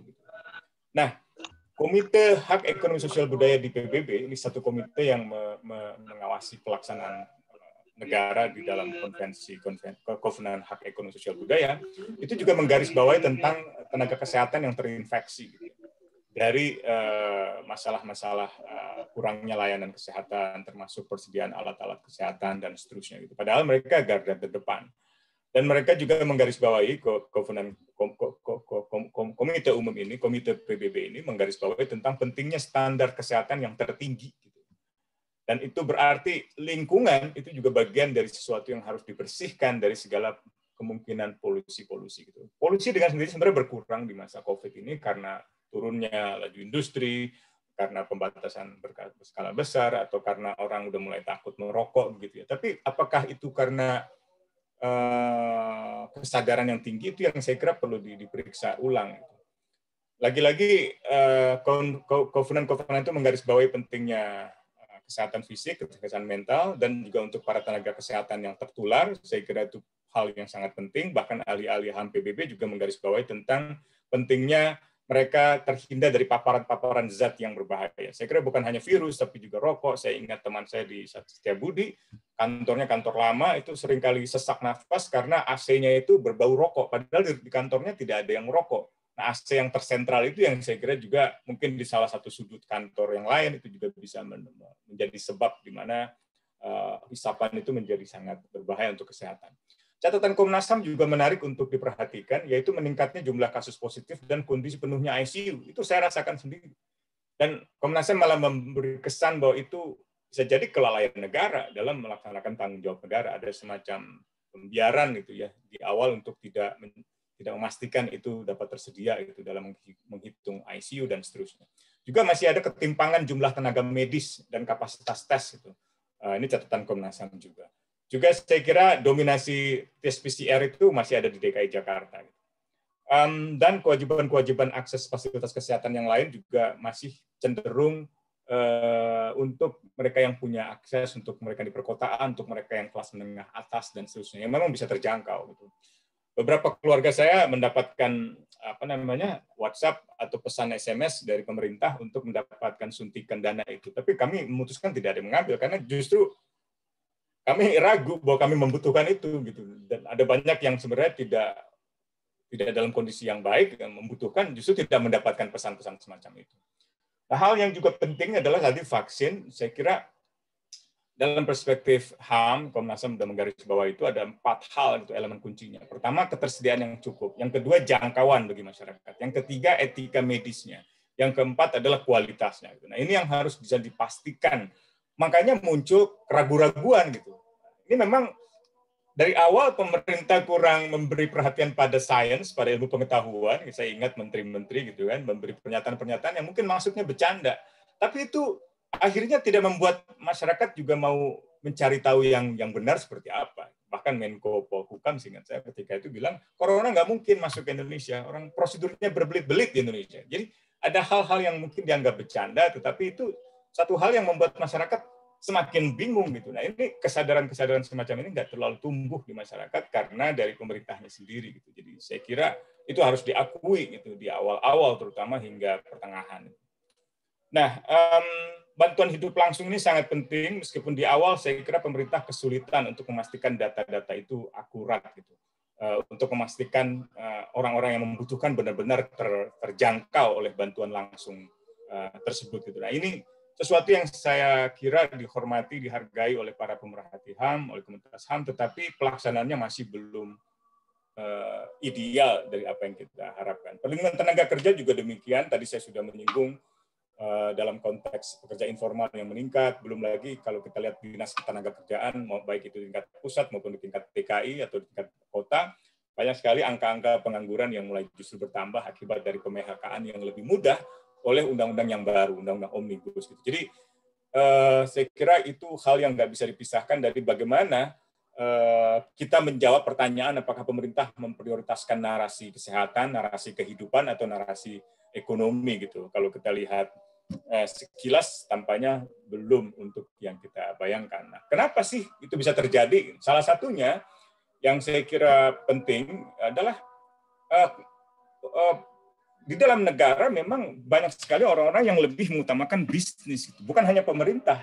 Saya lihat di awal itu, tapi juga negara dalam arti DPR. Dan ini bisa dimengerti karena memang banyak sekali, bahkan sebagian besar mungkin anggota DPR yang memang berbisnis, artinya merupakan para pebisnis. Jadi sulit untuk mencegah relaksasi industri di tengah COVID yang sebenarnya membutuhkan pengetatan. Begitu pula dalam konteks investasi.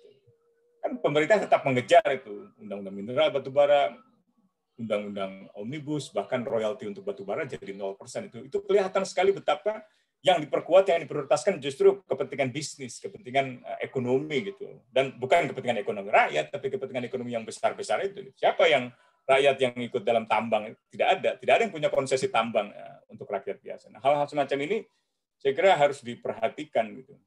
Nah, yang kedua juga pemerintah seringkali, ini juga saya ambil dari catatan Komnas HAM, sering malah jadi ada pesan PSBB gitu ya, ada pesan beribadah bekerja di rumah, beribadah di rumah, belajar di rumah, tapi juga ada imbauan berwisata yang tidak berhenti. Belum lagi kalau kita tengok ya pesawat-pesawat itu, beberapa keluarga saya juga kan ada tinggal di Bali itu, terpaksa harus ke sana karena ada acara keluarga, tapi mereka menceritakan pesawat tuh sering penuh gitu. Nah ini juga saya kira satu hal yang sangat, saya ngerti ada dilema itu, tapi saya sulit membayangkan kalau keselamatan hidup manusia itu dikesampingkan hanya karena angka-angka pendapatan itu yang saya ragu itu. Begitu pula dengan kebijakan lain yang menurut Komnas HAM keberpihakan pemerintah terhadap sektor ekonomi itu masih mengabaikan langkah-langkah penanggulangan wabah COVID gitu, di mana positivity rate-nya telah mencapai 20%. Gitu. Atau pemerintah terlalu cepat memberlakukan keadaan normal baru gitu ya, di tengah COVID belum terkendali gitu, di tengah tenaga-tenaga kesehatan masih menghadapi resiko-resiko yang tinggi. Gitu. Nah, ini saya kira yang harus kita refleksikan. Ini kan mau setahun COVID ya, jadi mungkin perlu dipikirkan dari awal. Di tingkat industri yang besar ya, industri-industri ekstraktif itu masih jalan itu. Dari mulai sawit, tambang itu jalan terus. Dan ini tidak menghentikan kebakaran hutan tahun lalu atau tahun ini, atau juga persoalan-persoalan sengketa tanah tahun lalu saja. Selama tahun pandemi, AMAN, Aliansi Masyarakat Adat Nusantara, mencatat 40 anggota masyarakat adat atau aktivis masyarakat adat dikriminalisasi gitu. Karena tuduhan-tuduhan yang tidak benar gitu. Ada banyak hal yang saya kira menunjukkan industri-industri yang justru mencemarkan lingkungan selain rokok tentu saja itu tidak berhenti gitu. Nah, ini yang harus juga jadi perhatian itu. Faktor kedua selain penguatan aktor-aktor bisnis adalah penguatan aktor-aktor keamanan itu jadi penting oleh pemerintah gitu. Nah, akibatnya pendekatan ilmiah, pendekatan ilmu pengetahuan itu menjadi tidak utama lagi gitu. Nah, itu kelihatan dari over presence, kehadiran yang berlebihan dalam struktur penanggulangan COVID, kebanyakan militer, sebelumnya menterinya militer, menterinya dikritik pun berkali-kali nggak diganti-ganti, baru belakangan sudah terlambat sebenarnya itu. Di dalam struktur penanggulangan COVID di berbagai daerah juga rata-rata banyak yang militer dan polisi gitu. Saya tidak mengatakan militer orang-orang yang buruk, saya mengatakan bahwa harusnya orang-orang ahli kesehatan yang lebih utamakan, harusnya orang-orang yang lebih punya ilmu pengetahuan di dalam bidangnya sendiri gitu, yang harus dilibatkan gitu, bukan orang-orang yang saya kira bukan bidangnya, tidak sekolah untuk itu, tidak dididik untuk itu, tidak diinvestasikan untuk itu gitu. Jadi ini yang saya kira sangat mengkhawatirkan. Belum lagi masyarakat yang ingin berpartisipasi, memberi pendapat, memberi masukan, memberi kritik ya, misalnya epidemiolog Pandu Riono itu malah justru menjadi korban. Orang seperti Flavio Patra, analis kebijakan publik, dan dia sedang menulis di hari di mana dia ditangkap itu, dia tulisannya terbit di Tirto bersama tulisan saya di Tirto. Dia menulis tentang COVID. Tulisannya sangat elegan, sangat baik, dan saya ragu bahwa dia benar-benar orang yang dimaksud oleh pihak kepolisian yang menyebarkan pesan-pesan untuk menyulut kerusuhan gitu. Dan dia malah melapor kepada polisi bahwa handphonenya kemungkinan besar diretas. Tapi polisi tidak mengusut siapa pelakunya gitu. Begitu pula peretasan terhadap akunnya Pak Pandu Riono, seorang epidemiolog itu. Jadi kurang perhatian untuk melindungi orang-orang yang justru bersikap kritis dan ingin memperbaiki bagaimana lebih baik, bagaimana pemerintah bisa lebih baik dalam menangani COVID. Jadi selalu dilihat secara negatif gitu. Dan ini mungkin akibat pemilu yang nggak kelar-kelar gitu. Seolah-olah setiap kali ada kritik terhadap pemerintah itu dianggap bagian dari kubu lawan yang masih nggak puas atas kekalahan dalam pemilu. Padahal nggak ada hubungannya. Kalaupun ada hubungannya juga nggak ada masalah. Justru harus ada yang menjadi oposisi, harus ada yang memastikan bahwa setiap kebijakan itu diuji kebenarannya, diuji kesahihannya, keilmiahannya. Jadi hal-hal semacam itu, dan bukan 1-2 kasus, banyak dalam catatan kami. Itu yang sekarang udah 100 lebih. Nah, bagaimana dengan rokok? Saya bukan ahlinya, saya ambil saja catatan-catatannya Dr. Agus Dwi Susanto. Itu jelas kok, merokok dan resiko COVID itu. Penderita COVID yang misalnya merokok, itu penderita COVID yang tidak, itu lebih tinggi. Begitu pula dengan yang yang mengalami COVID yang berat, itu juga kelihatan sekali, 1-2 kali lipat pada perokok dibandingkan dengan bukan perokok. Dan perokok ini memiliki risiko kematian karena COVID bisa 14 kali lebih tinggi dibandingkan dengan bukan perokok. Gitu. Nah, ini yang saya kira sangat penting untuk diperhatikan. Pertama kali saya dapat tulisan-tulisan Dr. Agus ini, saya langsung forward ke seluruh teman dan seluruh keluarga yang kebetulan masih merokok gitu, sebagai himbauan lah. Nah, dalam penelitian meta-analisis dari 12 riset yang dikutip oleh Dr. Agus juga menunjukkan satu rasio yang sangat serius bahwa infeksi COVID bisa lebih berat kepada mereka yang merokok. Jadi ini mesti ada di dalam himbauan pemerintah. Ini mesti ada dalam himbauan Kementerian Kesehatan. Ini mesti ada dalam setiap ucapan pemerintah, termasuk Presiden, ketika mengingatkan masyarakat, termasuk para pejabat, tentang bahaya rokok. Dan ini untuk menciptakan lingkungan hidup yang sehat, untuk memastikan masyarakat bisa menghirup udara yang bersih, yang tidak mengganggu saluran pernafasan, tidak merusak paru-paru, tidak merusak saluran tidak merusak kesehatan anak dan lain sebagainya.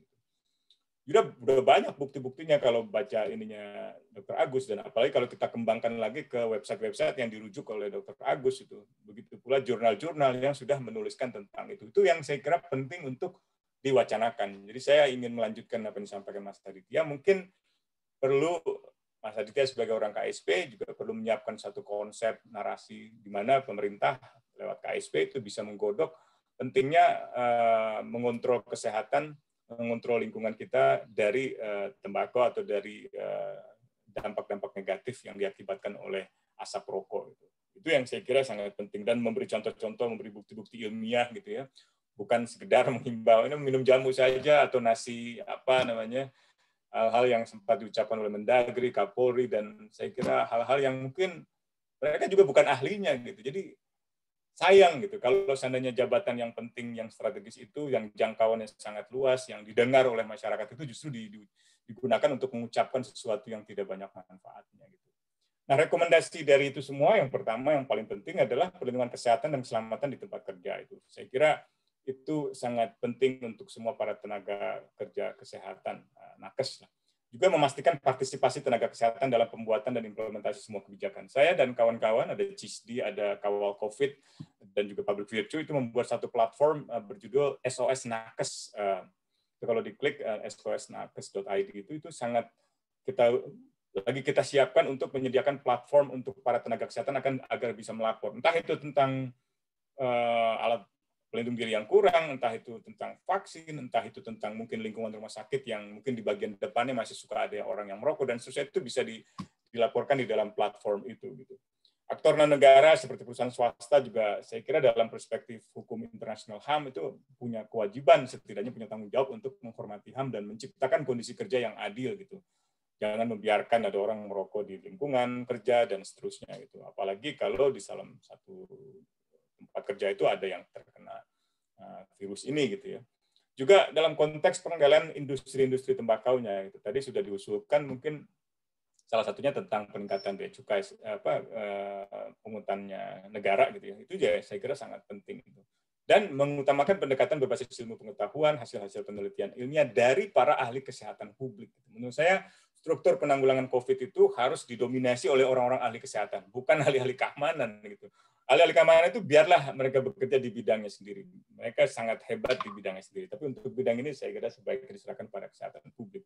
Dan memastikan bahwa kepentingan-kepentingan partisan gitu ya. Kadang-kadang kan mungkin karena menterinya dari partai politik tertentu atau mungkin pejabatnya dari pengalaman partai politik tertentu, sehingga kebijakannya lebih bernuansa politis ketimbang bernuansa kepentingan masyarakat. Gitu. Saya kira itu ada banyak rekomendasi yang bisa saya bacakan, tapi mungkin itu yang paling penting. Terima kasih sudah mendengarkan saya. Mudah-mudahan melengkapi Bu Erlina dan juga Mas Aditya. Terima kasih. Wassalamualaikum warahmatullahi wabarakatuh. Waalaikumsalam warahmatullahi wabarakatuh. Terima kasih Mas Usman yang sangat bagus sekali menjelaskan filosofis tentang right to health, mulai dari peran negara bagaimana, seluruh struktur negara seperti apa, dan prinsip-prinsip yang paling utama seperti healthcare is social justice, bahwa semua orang, mau yang kaya raya maupun yang miskin, punya hak yang sama untuk diberikan right to health, ya, dan negara harus memberikan perlakuan yang sama tanpa membanding-bandingkan status sosial maupun status-status yang lain. Luar biasa, Mas Usman, terima kasih yang telah menjelaskan secara bagus. Baik, Bapak Ibu semuanya, sampai kepada pertanyaan. Ada beberapa penanya yang sudah melalui chat menuliskan pertanyaan. Ada Mbak Nina Samidi, ada Bu Sumaryati Aryoso, ada Ibu Maria Yuniar, dan ada Ibu Lili. Saya membacakan yang pertama untuk Ibu Dr. Erlina dulu. Ibu dari Ibu Sumaryati Aryoso menanyakan tentang ada 6 vaksin yang kira-kira akan masuk ke Indonesia. Secara distribusi, apakah cold chain itu, karena memang vaksin itu harus diwadahi dengan dingin, box-box dingin, apakah itu memungkinkan terdistribusi dengan baik, mengingat kepulauan Indonesia, wilayah Indonesia itu susah sekali untuk melakukan itu. Mohon tanggapan dari Dr. Erlina. Ya, terima kasih Pak Budi. Saya coba jawab. Memang saat ini di dunia ada beberapa kandidat vaksin yang cukup kuat. Ada Pfizer, ada Moderna, ada produk AstraZeneca, Novavax, dan Sinovac. Nah, memang semuanya membutuhkan cold chain yang sesuai. Khusus untuk Pfizer, itu butuh suhu penyimpanan minus 60 sampai minus 80 derajat Celcius. Sementara Sinovac dan Moderna itu hanya butuh tempat penyimpanan yang bersuhu 2 sampai 8 derajat Celcius. Nah, saya kira kalau kita sekarang pakai Sinovac, maka kebutuhan untuk freezer penyimpanan 2 sampai 8 derajat Celcius ini tidaklah terlalu menjadi masalah. Apalagi sebetulnya Indonesia kan melakukan vaksinasi atau imunisasi ini bukan sekarang saja. Selama ini kan juga melakukan vaksinasi yang sama. Jadi, tapi memang untuk anak-anak ada 5 dasar vaksinasi itu kan ada polio, BCG, DPT, dan lain-lain. Nah, khusus untuk Sinovac saya kira nggak ada masalah karena suhu atau cold chain-nya juga cukup friendly user ya. Jadi lebih cocok lah untuk situasi Indonesia karena tidak butuh freezer yang minus 60 sampai minus 80. Tapi kita tidak tahu ke depannya bagaimana dengan Pfizer ini, barangkali mereka punya teknologi khusus. Saya pernah dengar sebetulnya katanya cold chain-nya mereka yang sediakan. Jadi akan nanti ada mobile imunisasi. Jadi suatu daerah akan ada suatu tempat, ada truk imunisasi yang dikelola oleh Pfizer-nya dengan standar mereka yang minus 60-80 dan orang nanti minta datang ke lokasi. Tapi saya nggak tahu nanti, karena Pfizer sendiri kan saat ini belum sampai ke Indonesia. Yang baru sampai hanya Sinovac, itu pun dosisnya baru beberapa juta. Jadi masih, kalau kita lihat roadmap-nya Kemenkes, itu Pfizer itu baru MOU dan bidding dan baru diperkirakan sampai ke Indonesia pada akhir kuarter ketiga. Jadi akhir kuarter ketiga itu bulan apa ya? September ya kira-kira. Jadi masih lama. Walaupun mau pakai Pfizer ya, jadi masih mempersiapkan infrastruktur dan cold chain dan logistik yang betul. Tapi kalau untuk Sinovac yang sekarang ini lebih mudah saya kira. Demikian Ibu Sumaryati. Boleh nanya sedikit lagi Bu ya? Ya, Karena silakan. Yang mau divaksin, silakan Bu Sum langsung ke Bu Erlina. Karena yang mau divaksin itu 182 juta penduduk. Betul. Dan sampai di daerah terpencil. Nah ini masalahnya saya kira. Sedangkan Pak Presiden minta semua harus selesai sebelum 1 tahun. Nah ini mungkin harus juga ada revisi-revisi kali ya Bu ya. Iya, ya memang saya dengar begitu. Tapi kan Menteri Kesehatan Pak Budi mengatakan rasa-rasanya nggak bisa dalam 1 tahun. Apalagi jumlah vaksin sekarang masih sedikit. Dengan target 181 juta penduduk untuk mencapai herd immunity, sepertinya terlalu muluk sih memang kalau 15 juta. Kecuali ada suatu pengerahan sumber daya yang sangat masif dan luar biasa, kita nggak tahu ya. Tapi Pak Menteri mengatakan mungkin lebih dari 1 tahun, bisa sampai 15 bulan atau 1,5 tahun ya. Kita lihat saja Bu. Baik, terima kasih. Sebetulnya boleh nyambung Pak Budi ya ke Pak Usman, hubungannya kalau nanti yang menolak vaksin dan lain-lain, tadi kan dikatakan tidak boleh ada penalti yang melanggar protokol kesehatan, yang ini lain-lain, kira-kira gimana ya? Oke, baik, terima kasih. Baik, itu nanti biar pertanyaan buat Mas Usman. Baik, ada satu pertanyaan lagi Bu Erlina, mungkin sebelum live karena memang harus melayani pasien atau apa. Pertanyaan soal ABK Bu ya, anak berkebutuhan khusus. Itu perlakuannya seperti apa? Kalau di pendidikan itu memang ABK ini anak berkebutuhan khusus itu kesulitan zooming kayak gini, apalagi tidak harus membutuhkan peraga ya, komunikasi itu. Dan untuk gimana Bu, anak-anak yang punya kebutuhan khusus dalam pelayanan kesehatan kan harus langsung Bu, head to head dan face to face. Seperti apa Bu untuk menghadapi anak-anak yang berkebutuhan khusus ini?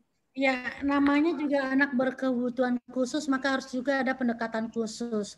Tapi memang dalam situasi pandemi ini mungkin bersabar saja dulu, karena anak-anak biasa juga tidak melakukan kegiatan yang biasa. Proses belajar mengajarnya juga kan berbeda, semua secara daring sekarang, tidak ada yang luring. Dan untuk anak kebutuhan khusus memang akan ada kendala karena mereka memang perlu semacam shadow supervisor ya, teacher ya, nggak bisa juga kalau shadow teacher, tapi mungkin ya jadi bantuan dari orang lain membuat anak berkebutuhan khusus ini bisa maksimal bisa mendapatkan apa yang mesti mereka dapatkan. Jadi memang ini adalah tantangan untuk anak berkebutuhan khusus. Di situasi normal saja mereka harus dilakukan approach yang berbeda dengan anak biasa. Apalagi pada saat situasi yang saya katakan saat ini tidak normal. Nah, tapi memang saya nggak mendengar sih ada, mungkin saya juga yang kurang pengetahuan tentang ini, saya tidak mendengar ada semacam apa artinya perhatian khusus nih untuk anak-anak berkebutuhan khusus saat pandemi. Ya. Jadi mungkin dengan forum ini nanti mungkin saya cobalah kalau ada kesempatan untuk mengingatkan yang pihak-pihak yang memang bisa melakukan sesuatu untuk memperhatikan. Terima kasih Pak Budi atas pertanyaan. Baik, terima kasih Bu Erlina, tadi pertanyaan dari Bu Maria. Baik, berikutnya Mas Aditya, itu ada beberapa pertanyaan yang terkait dengan ABK, bagaimana pemerintah merespon ya. ABK ini memang harus punya perlakuan yang khusus karena baik dari sisi pendidikan maupun kesehatan, karena kita diskusinya soal kesehatan, bagaimana tadi yang Bu Erlina sebutkan, harus ada treatment khusus, bagaimana pemerintah mendesain itu. Terus berikutnya ada dari Ibu Nina, Mbak Nina Samidi ini memberikan gambaran studinya PKJS UI yang terkait dengan bansos yang tadi diceritakan sama Mas Adit, bahwa deliver kepada masyarakat itu kadang-kadang digunakan untuk rokok. Padahal seingat saya dalam beberapa minggu yang lalu Pak Presiden dan Mensos itu menggarisbawahi sangat tegas bahwa PKH, bantuan langsung itu jangan sekali-kali digunakan untuk membeli rokok. Mungkin pengawasan, mekanisme, dan apa yang bisa dilakukan, artinya bahwa kalimat pesan yang tegas dari Presiden dan dari Mensos bisa dipahami oleh masyarakat bahwa bantuan itu tidak untuk membelanjakan sesuatu yang mencuri gizi maupun kesehatan masyarakat.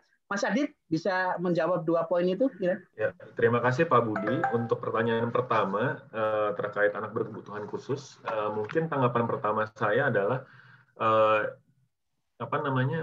di situasi normal saja memang sudah menantang ya terkait bagaimana anak berkebutuhan khusus bisa mendapatkan pendidikan yang layak dan seterusnya. Saya mungkin nggak bisa menjawab secara langsung karena itu bukan ekspertis saya ya. Akan tetapi ini juga mungkin dalam konteks saya sebagai perwakilan pemerintah di sini meminta bantuan gitu kepada Bapak Ibu sekalian, khususnya yang akademisi dan aktivis ataupun penggiat di masyarakat, organisasi masyarakat sipil untuk melakukan riset untuk mengkuantifikasi gitu misalkan kerugian ekonomi akibat pendidikan jarak jauh yang terjadi selama pandemi gitu. Menurut saya ekonomi itu cuma tools ya, bukan yang bisa dipakai untuk semua hal. Makanya tadi saya agak kurang setuju gitu saat kebijakan kesehatan itu dipisahkan dengan ekonomi karena itu ada cabang studi gitu health economics gitu ya. Nah, itu sebagai sebuah research question, itu pertanyaan yang sangat menarik untuk dijawab gitu dan juga bisa membantu pemerintah dalam mengambil kebijakan gitu. Misalkan pembatasan pergerakan gitu ya, PPKM dirasa kurang agresif dan seterusnya. Ya kenapa gitu? Karena misalkan itu salah satu hal yang bisa mengelaborasi adalah kerugian ekonomi akibat misalkan peningkatan kecerdasan kognitif gitu yang hilang akibat pendidikan jarak jauh gitu yang berkepanjangan. Itu research question yang menurut saya valid dan menarik untuk diketahui jawabannya gitu. Dan saya sendiri sangat antusias ya apabila ada yang bisa memfollow up ini gitu dan pada akhirnya memberikan jawaban atas pertanyaan tersebut gitu. Kemudian yang sekali lagi mohon maaf Bu Maria karena saya tidak bisa memberikan jawaban yang spesifik gitu ya. Kemudian yang kedua dari Bu Nina ya. Bisa diulang Pak Budi tadi pertanyaannya apa? PKH ya? Saya udah ingat, maaf. PKH soal konsumsi rokok dan statement Presiden sangat tegas untuk jangan digunakan sekali-kali untuk beli rokok itu. Betul. Tentunya PKH ini kan unik ya dibandingkan bantuan sosial yang lain. Dia adalah conditional cash transfer yang conditionalities-nya karena pandemi juga dihilangkan gitu. Nah, jadi mungkin dia satu-satunya cash transfer yang diberi atau karena kalau program sembako itu bukan cash transfer ya, itu non cash transfer. Jadi itu mungkin satu-satunya cash transfer yang bantuan tunai yang langsung diberikan kepada masyarakat miskin. Nah, sepemahaman saya dari desain programnya sendiri, Bu Nina, PKH ini dipegang oleh ibu, biasanya perempuan di suatu rumah tangga gitu. Nah, tentunya saya sangat setuju gitu ya, bagaimana kita bisa menjaga agar uang PKH ini tidak digunakan untuk membeli rokok. Tapi kalau sepemahaman saya terhadap hasil riset PKJSUI itu yang mana dari Susenas yang mengkuantifikasi gitu kalau rumah tangga yang terima PKH itu konsumsi rokoknya lebih besar. Kesulitannya adalah bisa jadi uang yang dibelanjakan untuk rokok itu bukan uang dari PKH, tapi karena udah dapat uang dari PKH, uang dari pos yang lain dibelikan rokok dan tentunya itu sangat sulit untuk kita batasi gitu. Seperti itu. Akan tapi tentunya ini masukan yang sangat berharga dan terhadap bagaimana kita bisa melindungi masyarakat miskin ataupun penerima PKH agar tidak mengonsumsi rokok gitu ya.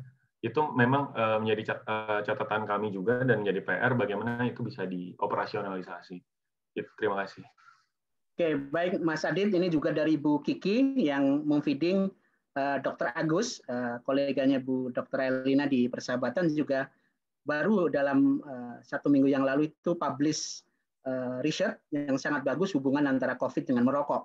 Jadi nanti Mbak Kiki dan teman-teman akan feeding ke Mas Adit, mohon diterima dan bisa diambil itu yang soal studi. Setidaknya beberapa studi yang dibutuhkan oleh teman-teman KSP seperti PKJS UI, ada Mas Teguh Dartanto, ada Bu Reni dan lain-lain, siap memfeeding teman-teman di KSP yang terkait dengan itu. Dan tadi kayak permintaan terkait dengan itu, saya yakin nanti teman-teman ada bagian yang meneliti soal dampak dari daring terhadap potensi kerugian yang terjadi di dunia anak. Baik, Mas Adit, itu ya. Nanti mohon diterima beberapa siap. Terima kasih di teman-teman ke KSP sehingga memengaruhi di decision maker. Baik, berikutnya saya mengundang Mas Usman untuk menanggapi ada beberapa bagian yang tadi Bu Lili ada juga menanyakan, Pak Nina juga menanyakan terkait dengan secara regulasi Indonesia itu bagus lah. Undang-undang dasarnya terkait dengan right to health dan regulasi yang turunannya itu bagus-bagus. Tapi kenapa begitu sampai diimplementasi yang terkait dengan right to health dan turunannya, terkait dengan healthcare, terkait dengan itu secara filosofis kok belum mendekati. Kira-kira problemnya ada di mana, Mas Usman? Silakan Mas Usman merespon. Halo Mas Usman, bisa dengar saya, Mas?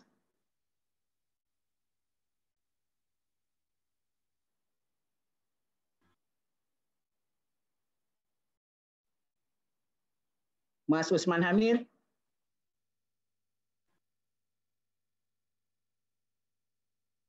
Silakan di unmute, Mas. Oke, barangkali mungkin ke kamar mandi, ke toilet atau seperti apa. Baik, mungkin saya memberikan kesempatan tanya langsung, silahkan. Ada Dr. Erlina masih bergabung dan Mas Adit. Ada yang mau tanya langsung dari beberapa pertanyaan yang melalui chat? Ini masukan yang baru dari Mbak Nina, betul Mas Adit, sulit pengawasan pemakaian bansos tidak untuk beli rokok. Jangan-jangan bansosnya sih tidak, tapi karena dapat bansos, uang yang lain, tabungan yang lain malah digunakan untuk beli rokok. Ya mungkin saja ya. Ini artinya bansos itu membuat aman dia untuk beli rokok, tapi sumber uangnya bukan dari bansos. Oke, ada yang acung tangan tadi? Oke, udah setuju Mbak Nina. Untuk Ibu Erlina Burhan, kira-kira bisakah ada jejaring dari para dokter paru untuk disampaikan ke Presiden bahwa protokol kesehatan tidak hanya 3M, tapi 5M ya. Ini terbaru ya, yang soal 3M ke 5M, termasuk salah satunya untuk tidak merokok ya, karena orang kalau merokok itu logikanya dia melepas yang kedua, yaitu apa, masker ya. Nggak ada orang maskeran sambil merokok kan, kecuali maskernya dilubangi. Berarti kalau maskernya dilubangi itu juga berarti tidak maskeran juga gitu kan, walaupun dia pakai masker. Jadi ada perlu nggak item tentang untuk tidak merokok di tempat umum, dan merokok itu adalah bagian dari menyebarkan droplet. Nah, kira-kira masuk nggak clue itu? Silakan dokter. Iya, saya kira ini masukan yang sangat bagus, dan buat dokter paru ini sesuatu yang sangat bisa diterima. Kami dengan senang hati akan memasukkan ini ke dalam acara-acara ilmiah, memasukkan untuk tidak merokok ini. Selama ini tidak merokok itu masuk ke dalam imunitas, kami memasukkan. Jadi salah satu untuk meningkatkan imunitas selain gizi yang seimbang adalah istirahat yang cukup dan juga tidak merokok. Karena kita tahu kalau merokok itu kan melumpuhkan sistem mucociliary clearance atau pertahanan dalam sistem pernafasan yang membuat orang mudah terinfeksi termasuk COVID ini. Tapi ini akan bisa kita eksplisitkan khusus sendiri. Jadi masuk ke, kan sekarang 5M sebetulnya. Memakai masker, menjaga jarak, mencuci tangan, menghindari kerumunan, membatasi mobilisasi. Mungkin jadi ditambahkan 6M, merokok dilarang atau merokok tidak boleh. Meninggalkan rokok, Bu. Meninggalkan rokok. Meninggalkan rokok ya. Tapi jadi T di depannya. Gimana supaya M di depannya? Jadi tidak merokok. Oke. Baik, terima kasih. Tadi pertanyaan dari Ibu Tri yang telah Pak Budi ya. Baik, silakan Bu Erlina, dan kebetulan sekarang udah pas jam 4. Jadi Bapak Ibu semuanya, Bu Erlina terima kasih atas waktu kesediaannya bersama kita menambah ilmu dan pengetahuan terkait dengan apa yang terjadi di soal penanganan COVID. Baik Bapak Ibu semuanya, saya terakhir memberikan kesempatan Mas Usman Hamid untuk memberikan respon. Mas Usman, bisa dengar saya? Ya. Oke, Saya silakan. kira Secara regulasi kita baik, tapi secara implementasi kadang kita itu masih jauh panggang daripada api. Kira-kira seperti apa solusinya? jadi regulasi dan implementasi. Di tengah regulasi dan implementasi itu ada aktor yang namanya implementator. Nah, itu yang mungkin perlu dibenahi. Jadi mungkin Presiden perlu sering-seringlah mengingatkan menteri-menterinya, dan juga menteri-menterinya mungkin perlu mengingatkan dirjen-dirjennya, dan kadang-kadang harusnya terbalik. Jadi biasanya dirjen itu lebih ahli, harus mengingatkan menterinya gitu. Tapi karena mungkin hierarki seringkali nggak enak gitu. Nah, yang kedua yang juga sangat penting adalah kembali pada siapa yang paling otoritatif dalam soal kesehatan. Itu yang harus dikedepankan. Untung Kementerian Kesehatan mengalami perbaikan belakangan ini, tapi kalau tidak saya agak sulit membayangkan ada semacam kemajuan yang signifikan. Tadi Bu Erlina, Dr. Erlina sudah menegaskan bahwa ini akan sangat perlu waktu yang sangat panjang gitu ya, dan ini memerlukan satu perhatian yang sangat serius dari pemerintah, dari implementator, untuk melibatkan kelembagaan-kelembagaan yang memang ahli di bidangnya. Saya kira Komnas HAM harus jadi mitra utama, karena Komnas HAM punya semacam platform, misalnya ada sekitar 19 kalau nggak salah rekomendasi Komnas HAM, dari soal bagaimana regulasi sampai ke standar teknis gitu ya, itu yang harus dilibatkan lembaga-lembaga semacam itu. Komnas Perempuan juga saya kira, Komnas Anak juga begitu. Jadi kelembagaan-kelembagaan nasional semacam ini, termasuk Ombudsman. Ombudsman itu kan banyak menerima keluhan-keluhan tentang maladministrasi di dalam layanan kesehatan, maladministrasi di dalam layanan pendidikan, dan seterusnya gitu. Jadi national state auxiliary bodies, badan-badan tambahan semacam ini kan sebenarnya dalam konsep ilmu konstitusi cabang keempat dari pemerintahan, cabang keempat dari negara selain legislatif, yudikatif, dan juga eksekutif. Jadi harus difungsikan, harus dioptimalkan. Kalau tidak dioptimalkan, saya khawatir kebijakan pemerintah akan dianggap taken for granted saja, akan seolah-olah benar. Lalu kalau ada yang menolak, dianggap ya harus dipidanakan. Itu kan saya kira enggak lah. Masa orang nggak mau vaksin dipidanakan gitu. Orang vaksin itu kan harus juga berdasarkan kesadaran. Kecuali kalau saya misalnya mau melamar Kementerian Kesehatan, saya harus divaksin ya, saya wajib lah. Kalau saya nggak mau wajib, kalau saya nggak mau vaksin ya saya nggak akan bisa diterima di Kementerian Kesehatan. Tapi di luar itu, saya kira yang pertama-tama harus ditunjukkan oleh pemerintah adalah bahwa vaksin ini efektif, vaksin ini menolong orang-orang yang belum terkena COVID dan bisa menimbulkan sistem imunitas yang lebih tinggi. Vaksin ini di sekian negara buktinya seperti ini, vaksin ini telah menyembuhkan sekian, dan seterusnya. Jadi saya kira angka-angka semacam itu yang perlu diorkestrasikan gitu di dalam PR-nya pemerintah itu. Kan sekarang PR-nya pemerintah masih bekerja untuk pariwisata ini. Jadi menurut saya itu harus dikembangkan ke arah sana, ke arah kesehatan publik itu. Kalau udah sehat, ya tentu saja kita bisa berwisata. Saya juga perlu wisata. Kita semua perlu wisata setelah 1 tahun hampir ini dengan COVID gitu. Tentu wisata yang sehat, wisata yang tanpa ada rokok buat anak-anak, buat orang tua sehat, buat kita juga lebih sehat. Saya kira itu, saya lihat waktunya sudah habis, jadi saya mohon maaf. Baik, ada satu informasi yang menurut saya kita perlu tahu. Jadi ini dari Mbak Trining sih, kaitannya dengan Mas Usman juga. Indonesia terpilih menjadi anggota Dewan ECOSOC mewakili Asia Pasifik. Namun sayangnya rekomendasi ECOSOC untuk Indonesia, yaitu aksesi FCTC, sampai sekarang belum dilaksanakan. Betul gitu Mas Usman? Iya, itu banyak memang. Tapi lebih baik Indonesia menjadi anggota kan daripada enggak sama sekali. Kalau jadi anggota kan kita bisa mengingatkan, Bu, Pak, Bu Retno, gitu kan. Kita kan jadi anggota ECOSOC, ada rekomendasi tentang FCTC yang belum dilaksanakan, ya tolonglah dilaksanakan. Daripada enggak menjadi anggota kan nanti Bu Retno bilang, loh kita kan bukan anggota, daripada itu kan lebih repot. Itu sama seperti di Dewan HAM.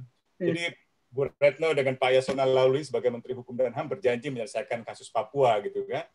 Dan janji itu belum tepati hingga hari ini. Tapi ya lebih baiklah daripada tidak pernah mengucapkan janji gitu. Dan ini juga saya kira kendala di semua bidang dalam kemajuan perlindungan perempuan, perlindungan anak dan lain sebagainya. Ya kita dorong aja terus, kita ingatkan harus ada orang-orang kayak Mas Aditya ini yang memimpin jabatan strategis, tanggung jawab strategis supaya bisa lebih eksekusi. Baik, terima kasih Mas Usman atas beberapa jawaban menurut saya sangat bagus, dan kita terima kasih juga Mas Adit bisa menjadi penghubung antara suara di luar, suara para aktivis, suara para di luar istana gitu ya.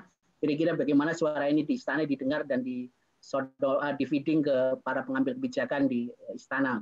Kira-kira demikian harapan kami terhadap Mas Adit ya. Moga-moga pola seperti ini estafet poin-poin kebijakan yang perlu diambil akan berlangsung dengan baik seperti kita harapkan, dan ke depan juga lebih baik. Demikian ya Mas Adit, moga-moga kerjasama kita masih terus.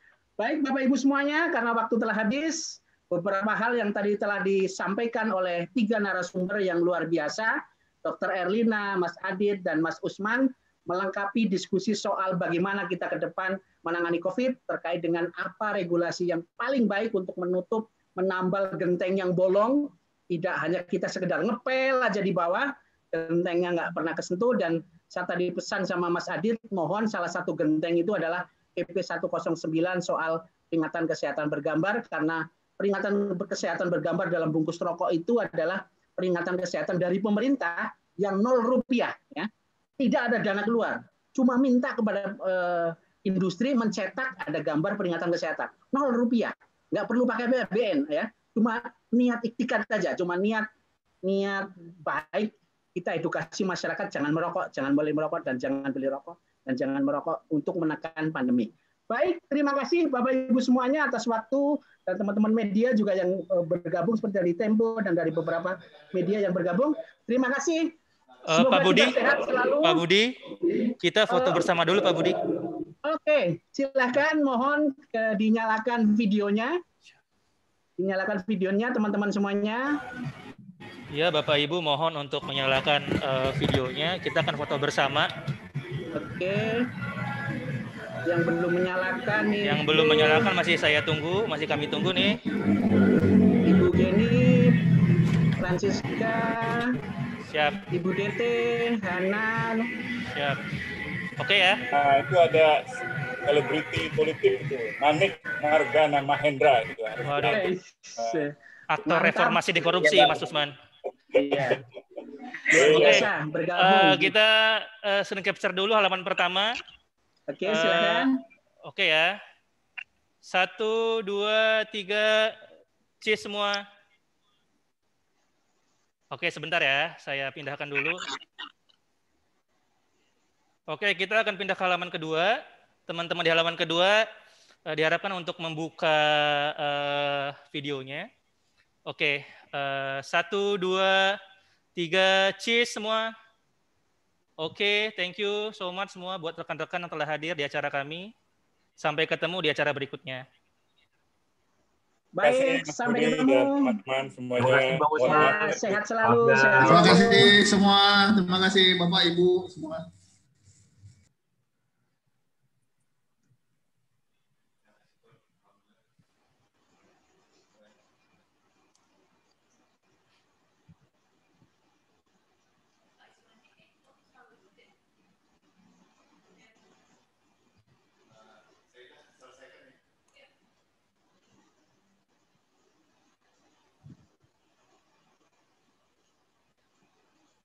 Mbak Tri, thank you. Mbak Tri sudah mau hadir. Ibu negara kita ini buat semua jaringan. Sama-sama. Siap, siap. Nanti kita buat Mbak event besar ya di bulan Februari, Mbak. Oke? Siap. Mantap. Makasih ya, keren acaranya. Mantap. Iya, Mbak. Sorry ya, Mbak. Nggak apa-apa. Next time kita join, Mbak. Kita buat yang gede sekalian. Oke, Mbak? Siap. Sip. Mantap. Thank you semua. Mbak Rahmi, thank you semua ya. Thank you. Terima kasih. Keren. Mantap.